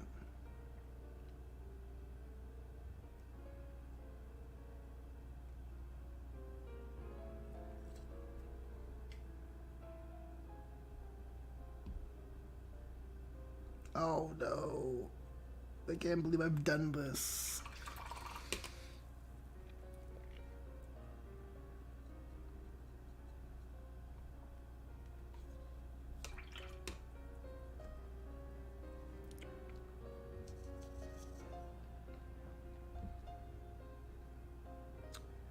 This is the skull of a Nurgle demon, so maybe it should be a bit more greenish. Maybe it should have a greenish hue.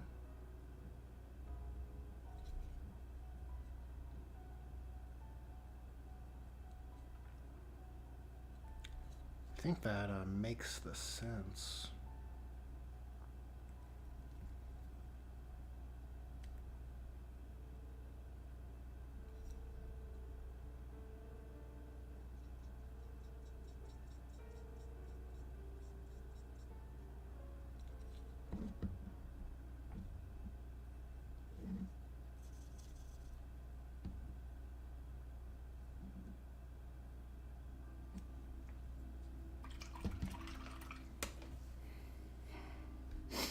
With old man Snake in his 40s. Nice.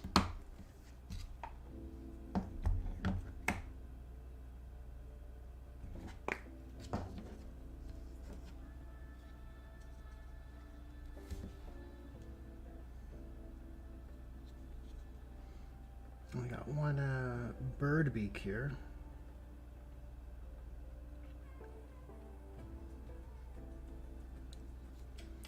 I like to think this is what really garners the favor from Tzeentch.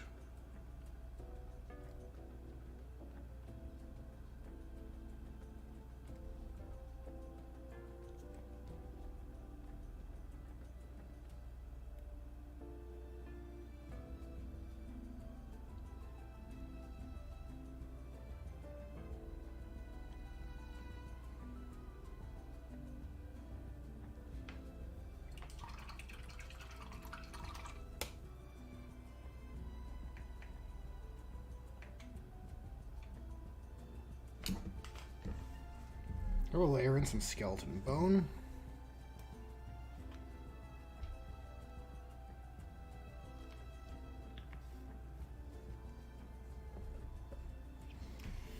Have I played Metal Gear 4?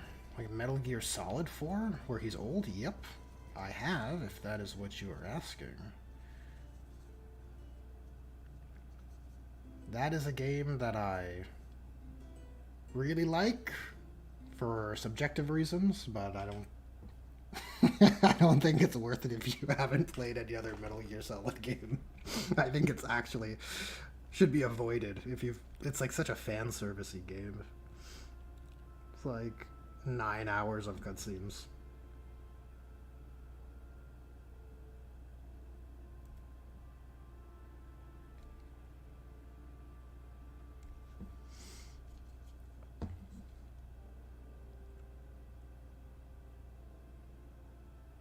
But if you follow the story up to that point, man, Metal Gear Solid 4 is Payoff City.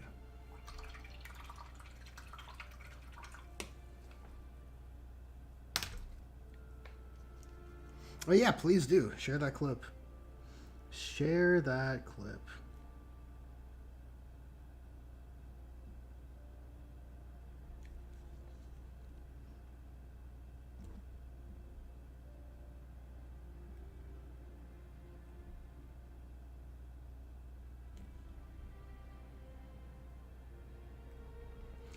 Won't worry too much about these, about the skulls near the candles, since we're going to be painting those blue.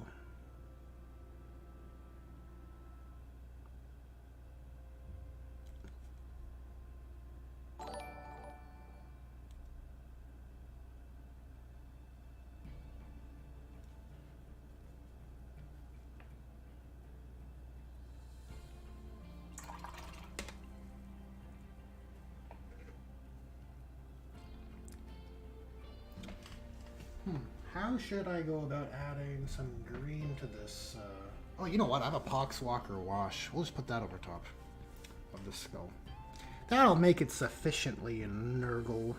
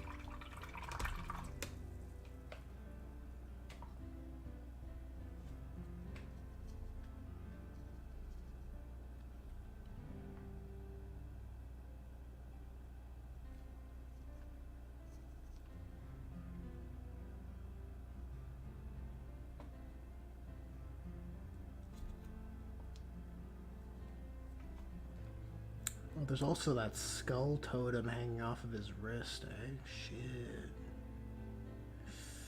Ooh, I kinda forgot about that.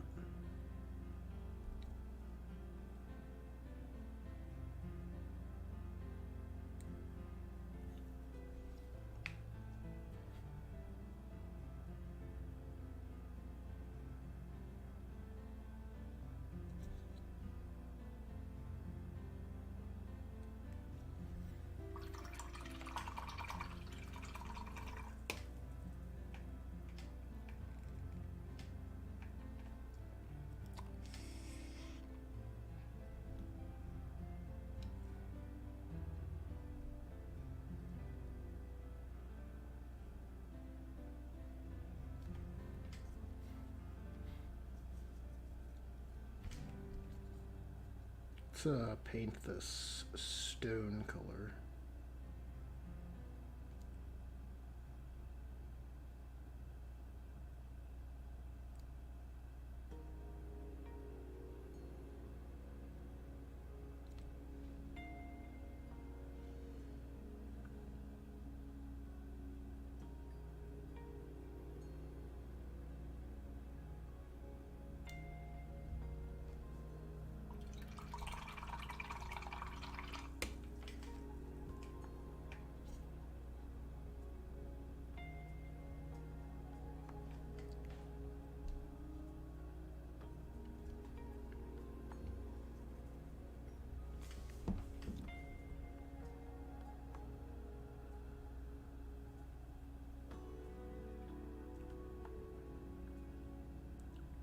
And layer back in some dark sea gray. I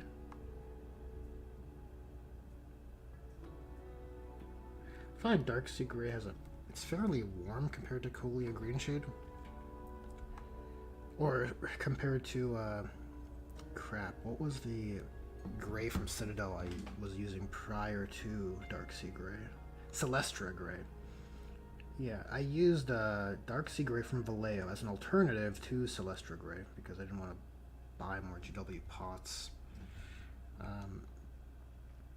But it's considerably warmer of a color. But I think because the Colia green shade is already cool, it kind of leads to the same end result.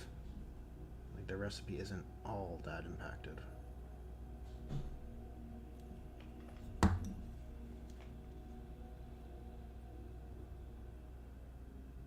It might make a bigger difference for like the High Fleet Gengar scheme, because that's much more relying on a cool tone for that alien white skin.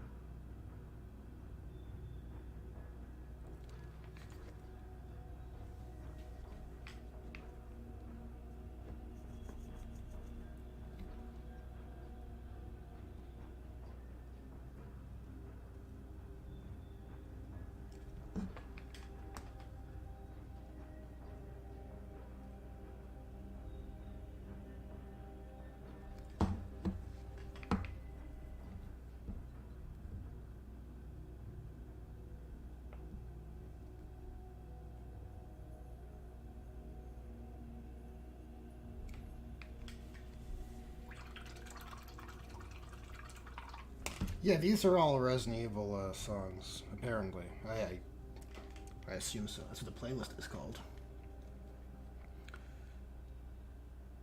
Very moody. Very moody.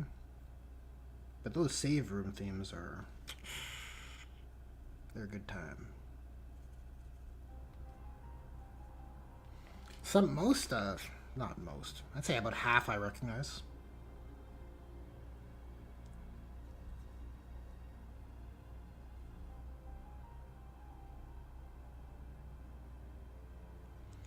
You know what? I'll get a different color for that. Or maybe the dark Prussian blue's alright. I just won't highlight it with such a... or layer up such a bright color.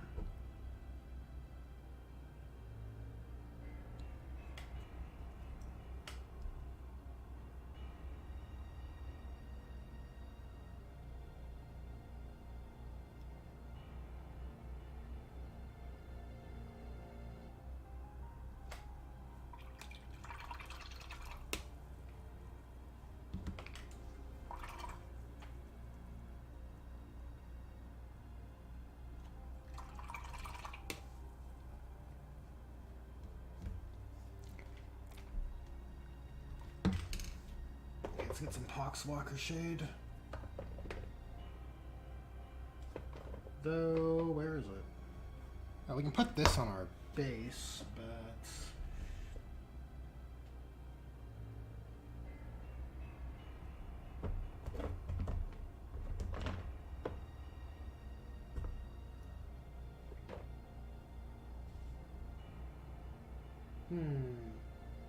Oh, here it is.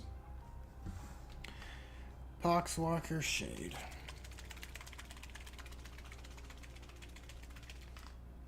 It's going to require all of my strength.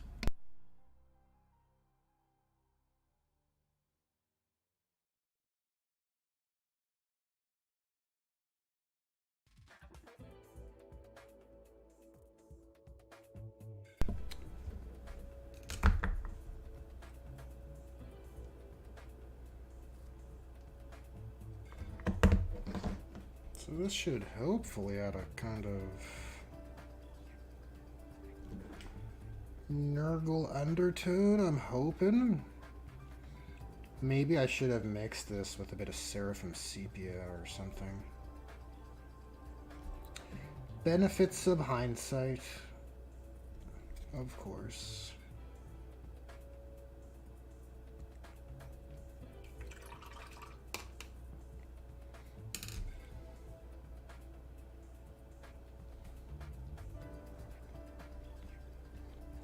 I'll paint this trinket skull here with a bone color, or sorry, like a stone color, like a cool gray.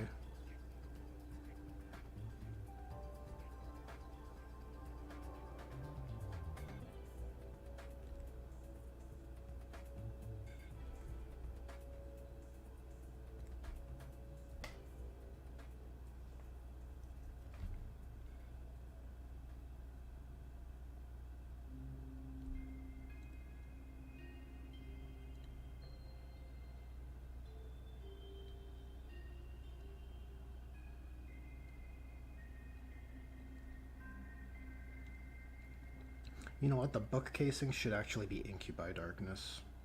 That is a color I use on most of the other legionaries and characters for their capes or sashes. So I think it is the right choice. And I need some color for this mace handle, as well as this rope. I think it is correct. I'm gonna put this old Nighthaunt Gloom. It's nearly finished on the base here.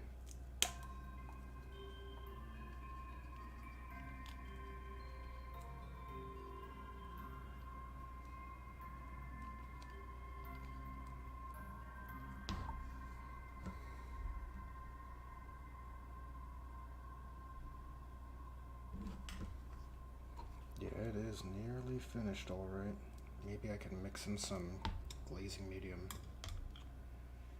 Just to kind of extend it a little bit, help it spread around.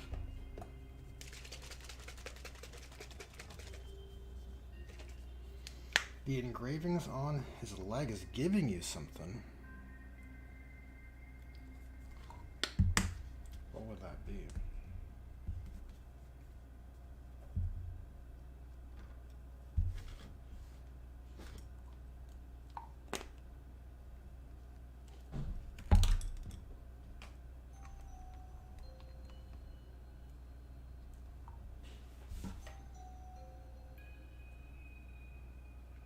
Jesus, just blew myself.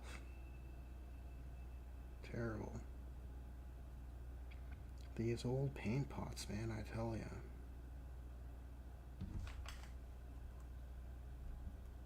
Actually, that's not the paint pot's fault. Well, maybe it is. If it was a dropper bottle, it wouldn't have happened.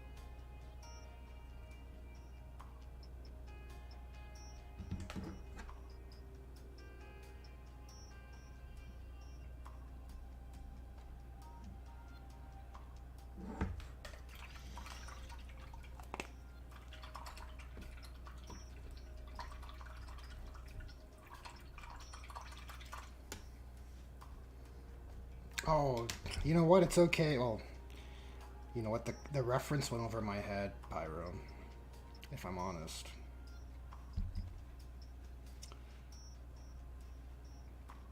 They give you no tactical advantage whatsoever. Well, for the word bearers, they do. How about that? Surprise, surprise. It actually matters. For the Ultramarines guy, it's like, whatever. What does the Loyalist Terminator Sorcerer do? Oh, he has mortal wound, feel no pain. Lame. What if your psychic power doesn't even proc the devastating wounds? It doesn't do anything. Stupid.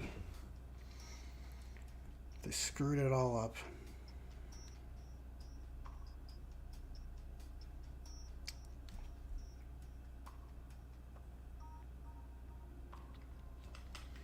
Okay, let's begin painting these candles.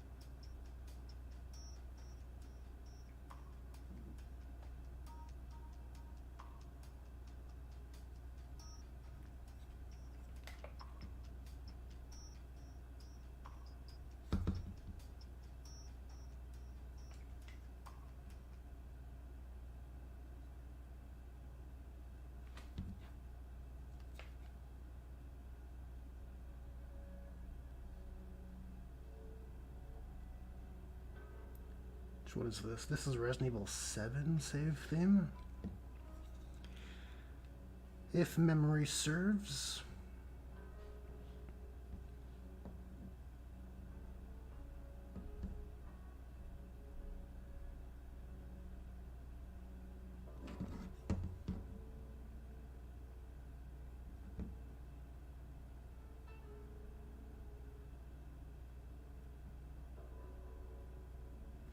You know, Resident Evil 7 was alright.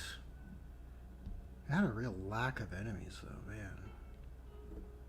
Like the game turned into fighting generic goop monster every time. Every random encounter was just a black goo monster.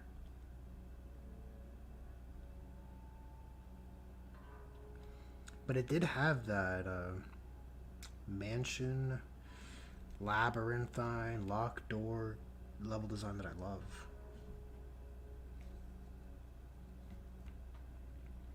Super satisfying.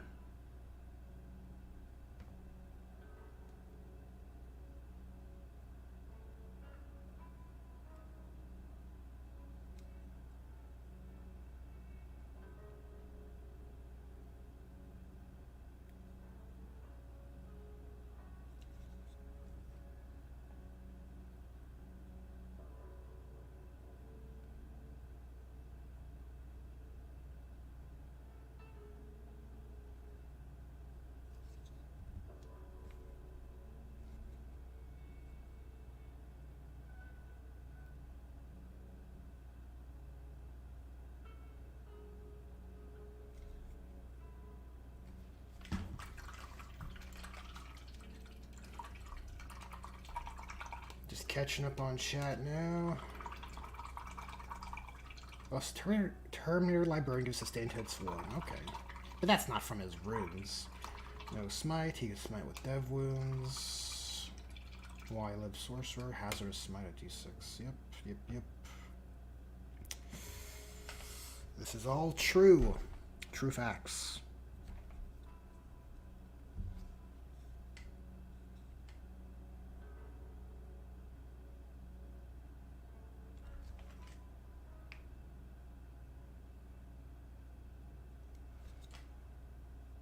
Time are we at? 9:30? Okay.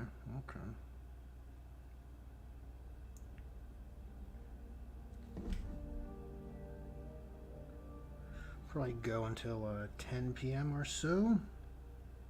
Gives me enough time to fix that book cover.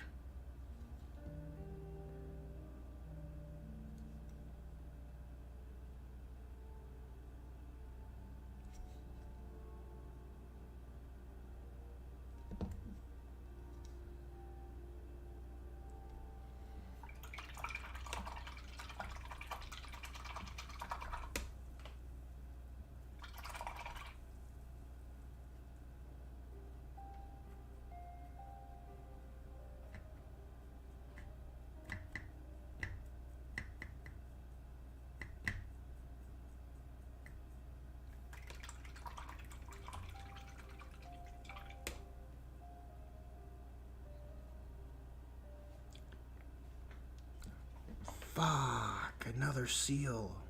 This whole time, right underneath my nose.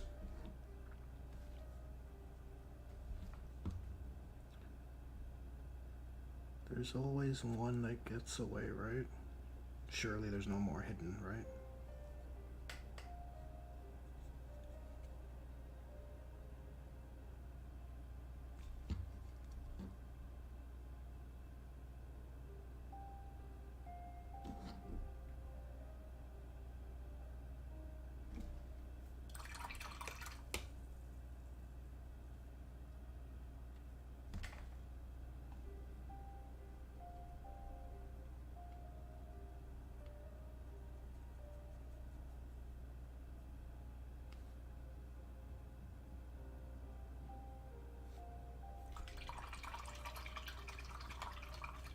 How do I do this, Carnage? You're watching it. It just takes a super long time. But it's not about how fast you paint. Well, I mean, I guess it is if you're if you're like a competitive player and you're like, oh, I gotta paint quickly if I want to use this.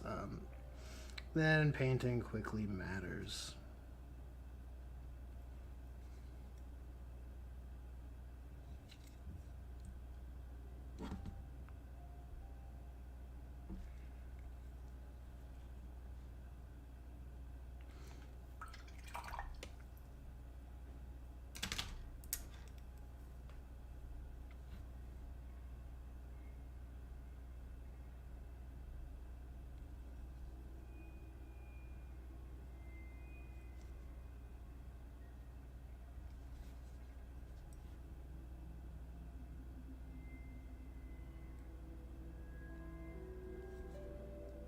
Gotta layer in this brighter blue, and hopefully once the Hex Wraith goes on, it creates a kind of OSL look on these candles, as if the light is diffusing through the bodies of them. That's the goal anyways. We'll see how it turns out.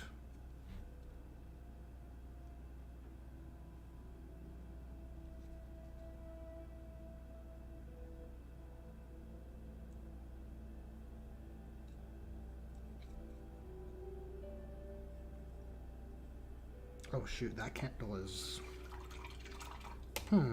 Yeah. That candle's not lit. You would still have some light go through, but we just won't want to layer that one up anymore.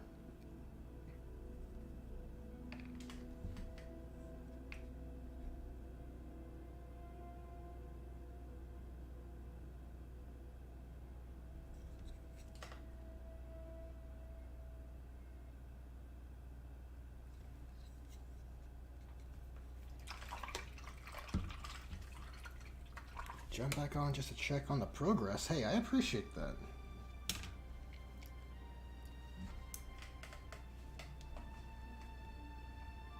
Oh, candles with fluorescent paint and a black light. That is cool. That's a super cool idea. Could have some fun with photography for sure.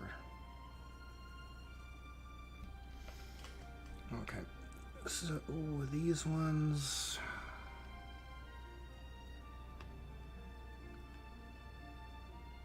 Let's try and layer a bit more. We'll see how they look. It could be the case that once I apply the Hex Wraith, I may want to come back to these candles and adjust them. Kind of hard for me to predict how it's gonna look when all the colors are going together.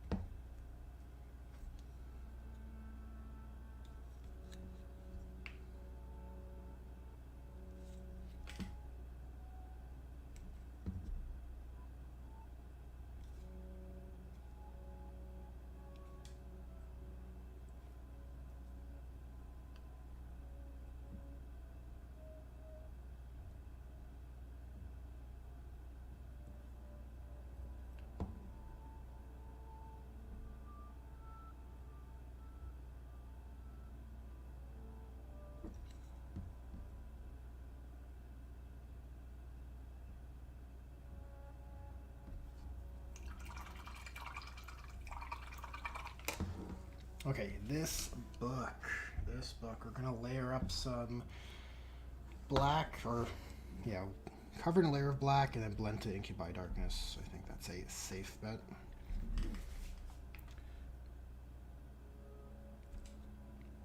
It's just a bit too strong, too pungent. If a color could be pungent, I feel like this would be it. It's off-putting to me. But I think an Incubi Darkness could be pretty good.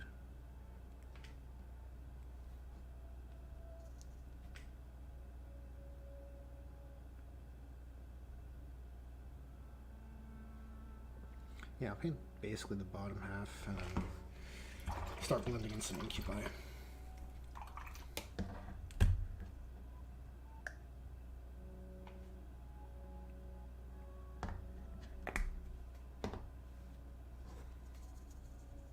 Oh, the fluorescent paints with the black light. Oh, that's something for me to try out, certainly.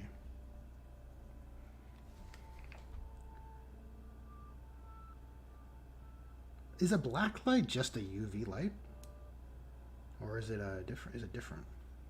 Because I have a UV light for curing resin.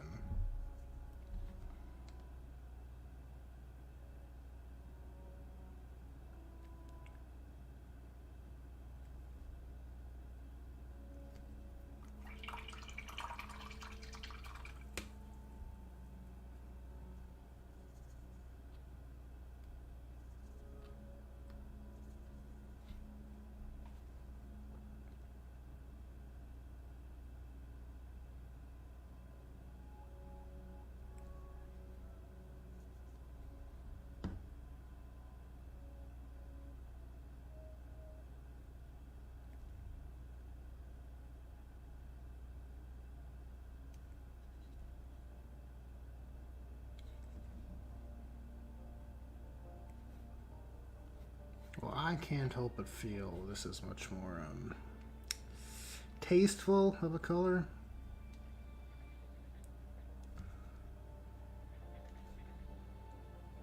I think before it was just drawing too much attention.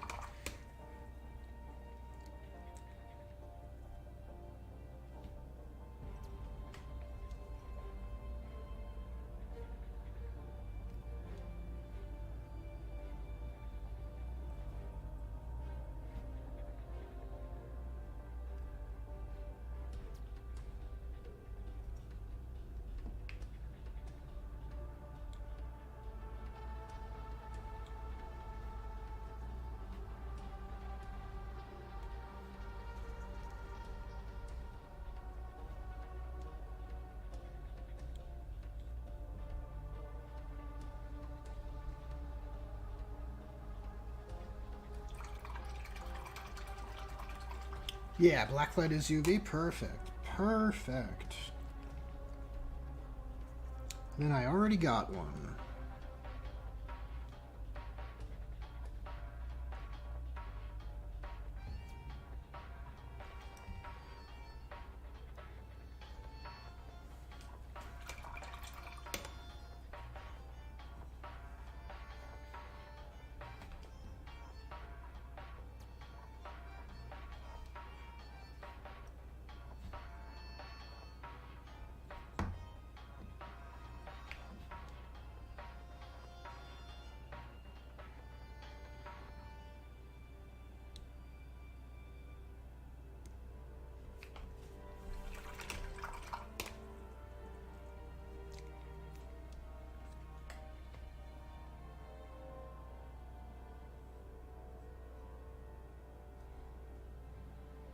What are we ready for next?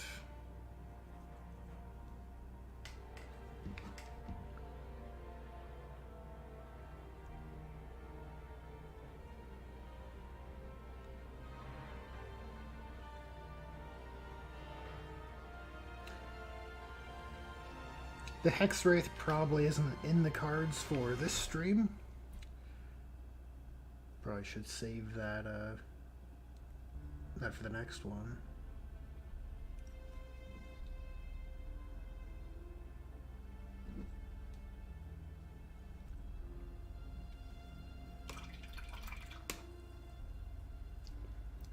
Let's mix some of this turquoise in with incubi and see where that takes us, right?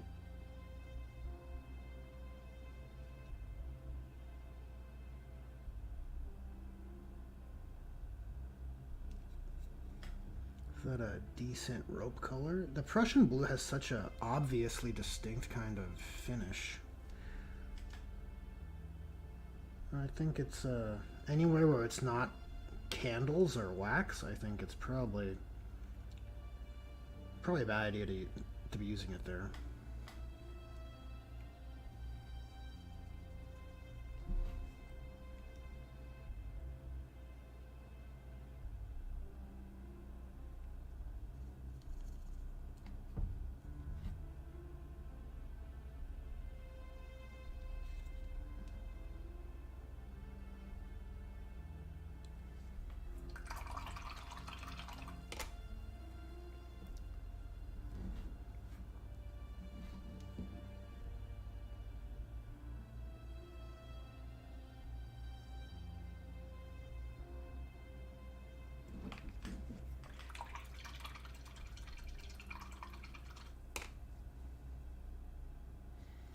Yeah, I'm inclined to agree with you, Coolest Run. I think it was too strong for the color palette of the model.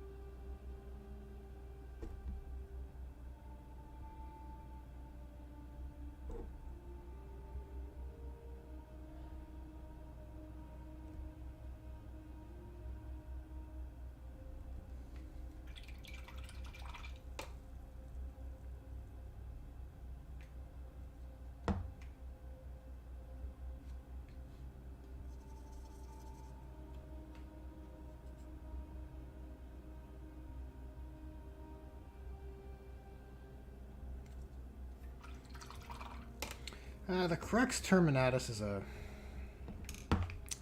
Look, it's not ideal that it's here, right? But the shoulder pad has this cool detail with all these runes I didn't want to lose. And look, a skull, the Libraria symbol with the skull there is not totally inappropriate for the word bearers. The Crux itself, it's something I just have to live with, I suppose. Maybe we'll just make it glow with unholy power and call it what it is.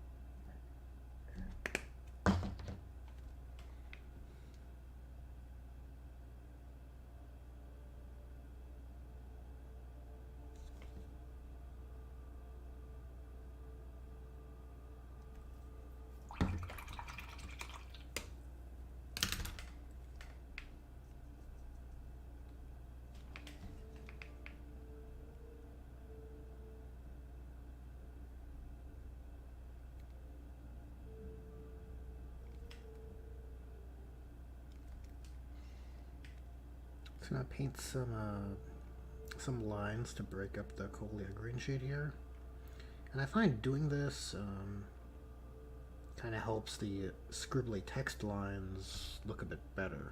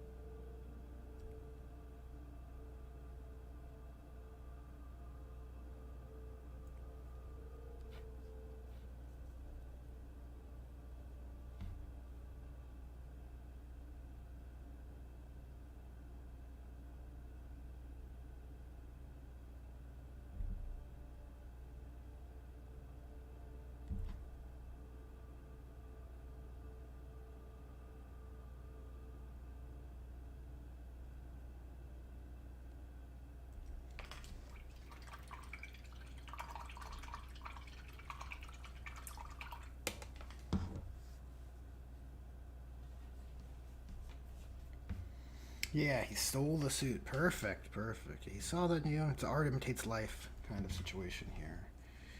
He saw that new librarian and they defeated one.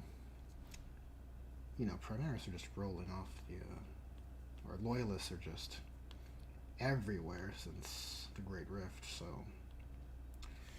Defeat a librarian, no big deal. Steal his armor, and now we, make it profane, right? So with a bit of dark sea gray that's still on my palette, before it dries up, I figure I'd mix it in with the incubi and just give the book cover a little edge highlight. That should help provide it with more definition. Oh, it looks like the playlist has expired. Jeez. Well, good thing we're wrapping up the stream shortly.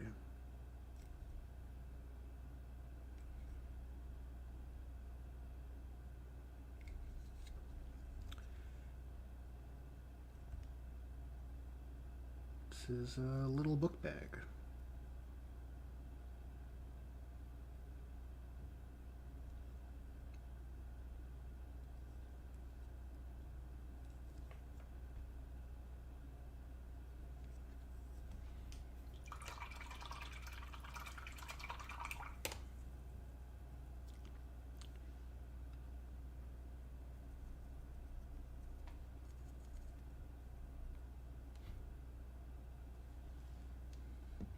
I wonder if I can line this a little bit so it increases the readability.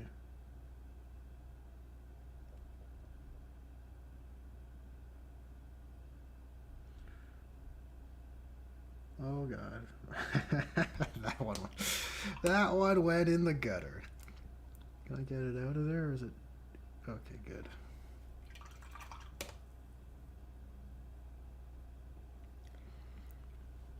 Oh, the green runes on the book? It's a good idea. Should the green... Yeah, we'll do green runes on the book, and I'll just line these border edges then.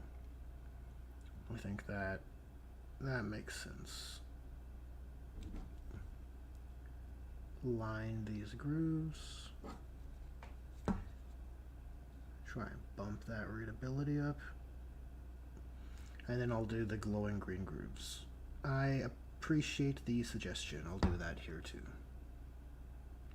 This guy's gonna be very glowy. Oh, he's someone the illuminated. That's what he is. You know how Chaos Space Marines are, right? Everyone's the something.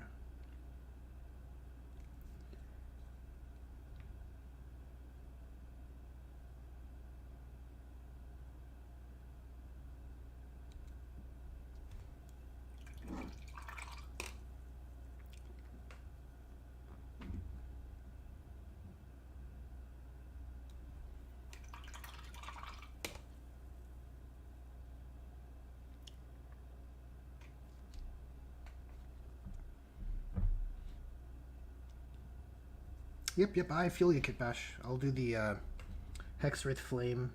We'll put some white ink into the book symbols and then make them glow with the Hexwraith layer over top. Like with the other Chaos Space Marine units I've been doing. I think it'll look good.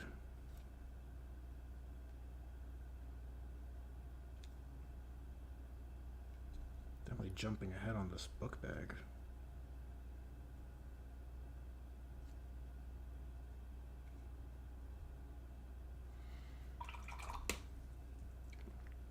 It does look pretty good. Pretty good looking book bag.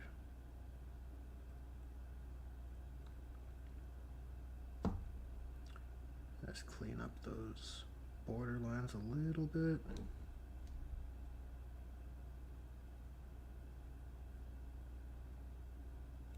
Cool. And we'll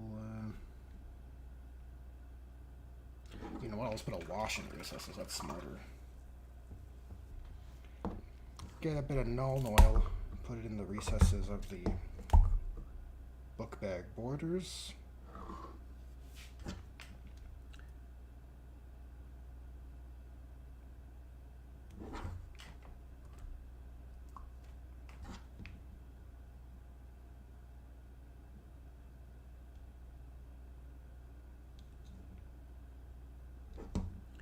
It's not the worst place for Inktense Black, but that's a very glossy paint.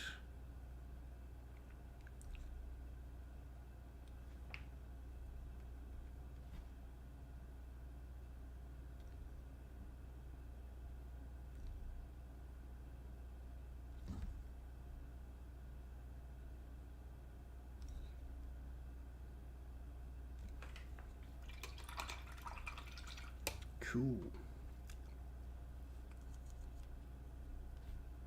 Very cool.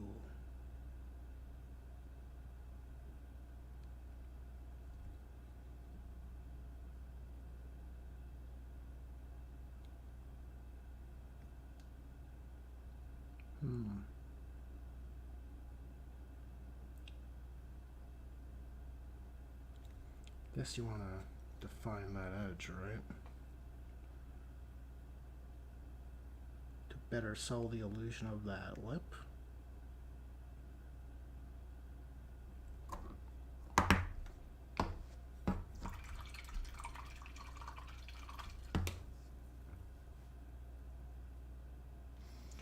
All orange shadow, watch the layer time. You got this, keep it up. Nice. Good words of wisdom, Kitbash. I appreciate that sentiment.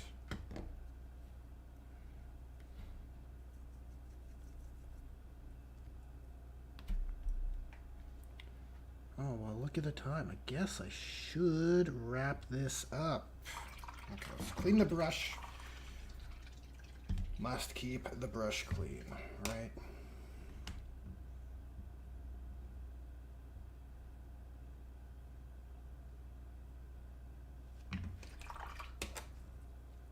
Yeah, this guy has he made some good progress on him today, right? Skin colors, armor trim's looking good. We're basically ready for finishing touches, right? Glowing effects, which will take a minute. Text scribbles on the on all the parchment. Layer up some golds. Yeah, I think one more stream and it'll be good. Okay, so if you made it to the end of this video, well, you guys are the real hobby heroes. Thanks to everyone who liked the stream and joined me for hanging out, and to everyone who chatted in the live stream. Much appreciated. Fuels my hobby energy. Tomorrow, TBD. It's 50-50 for Friday streams. I cannot confirm or deny anything. But other than that, maybe on the weekend. I don't know. Sunday's a possibility. A Sunday night stream is very much a possibility. But aside from that, good hustle, everybody.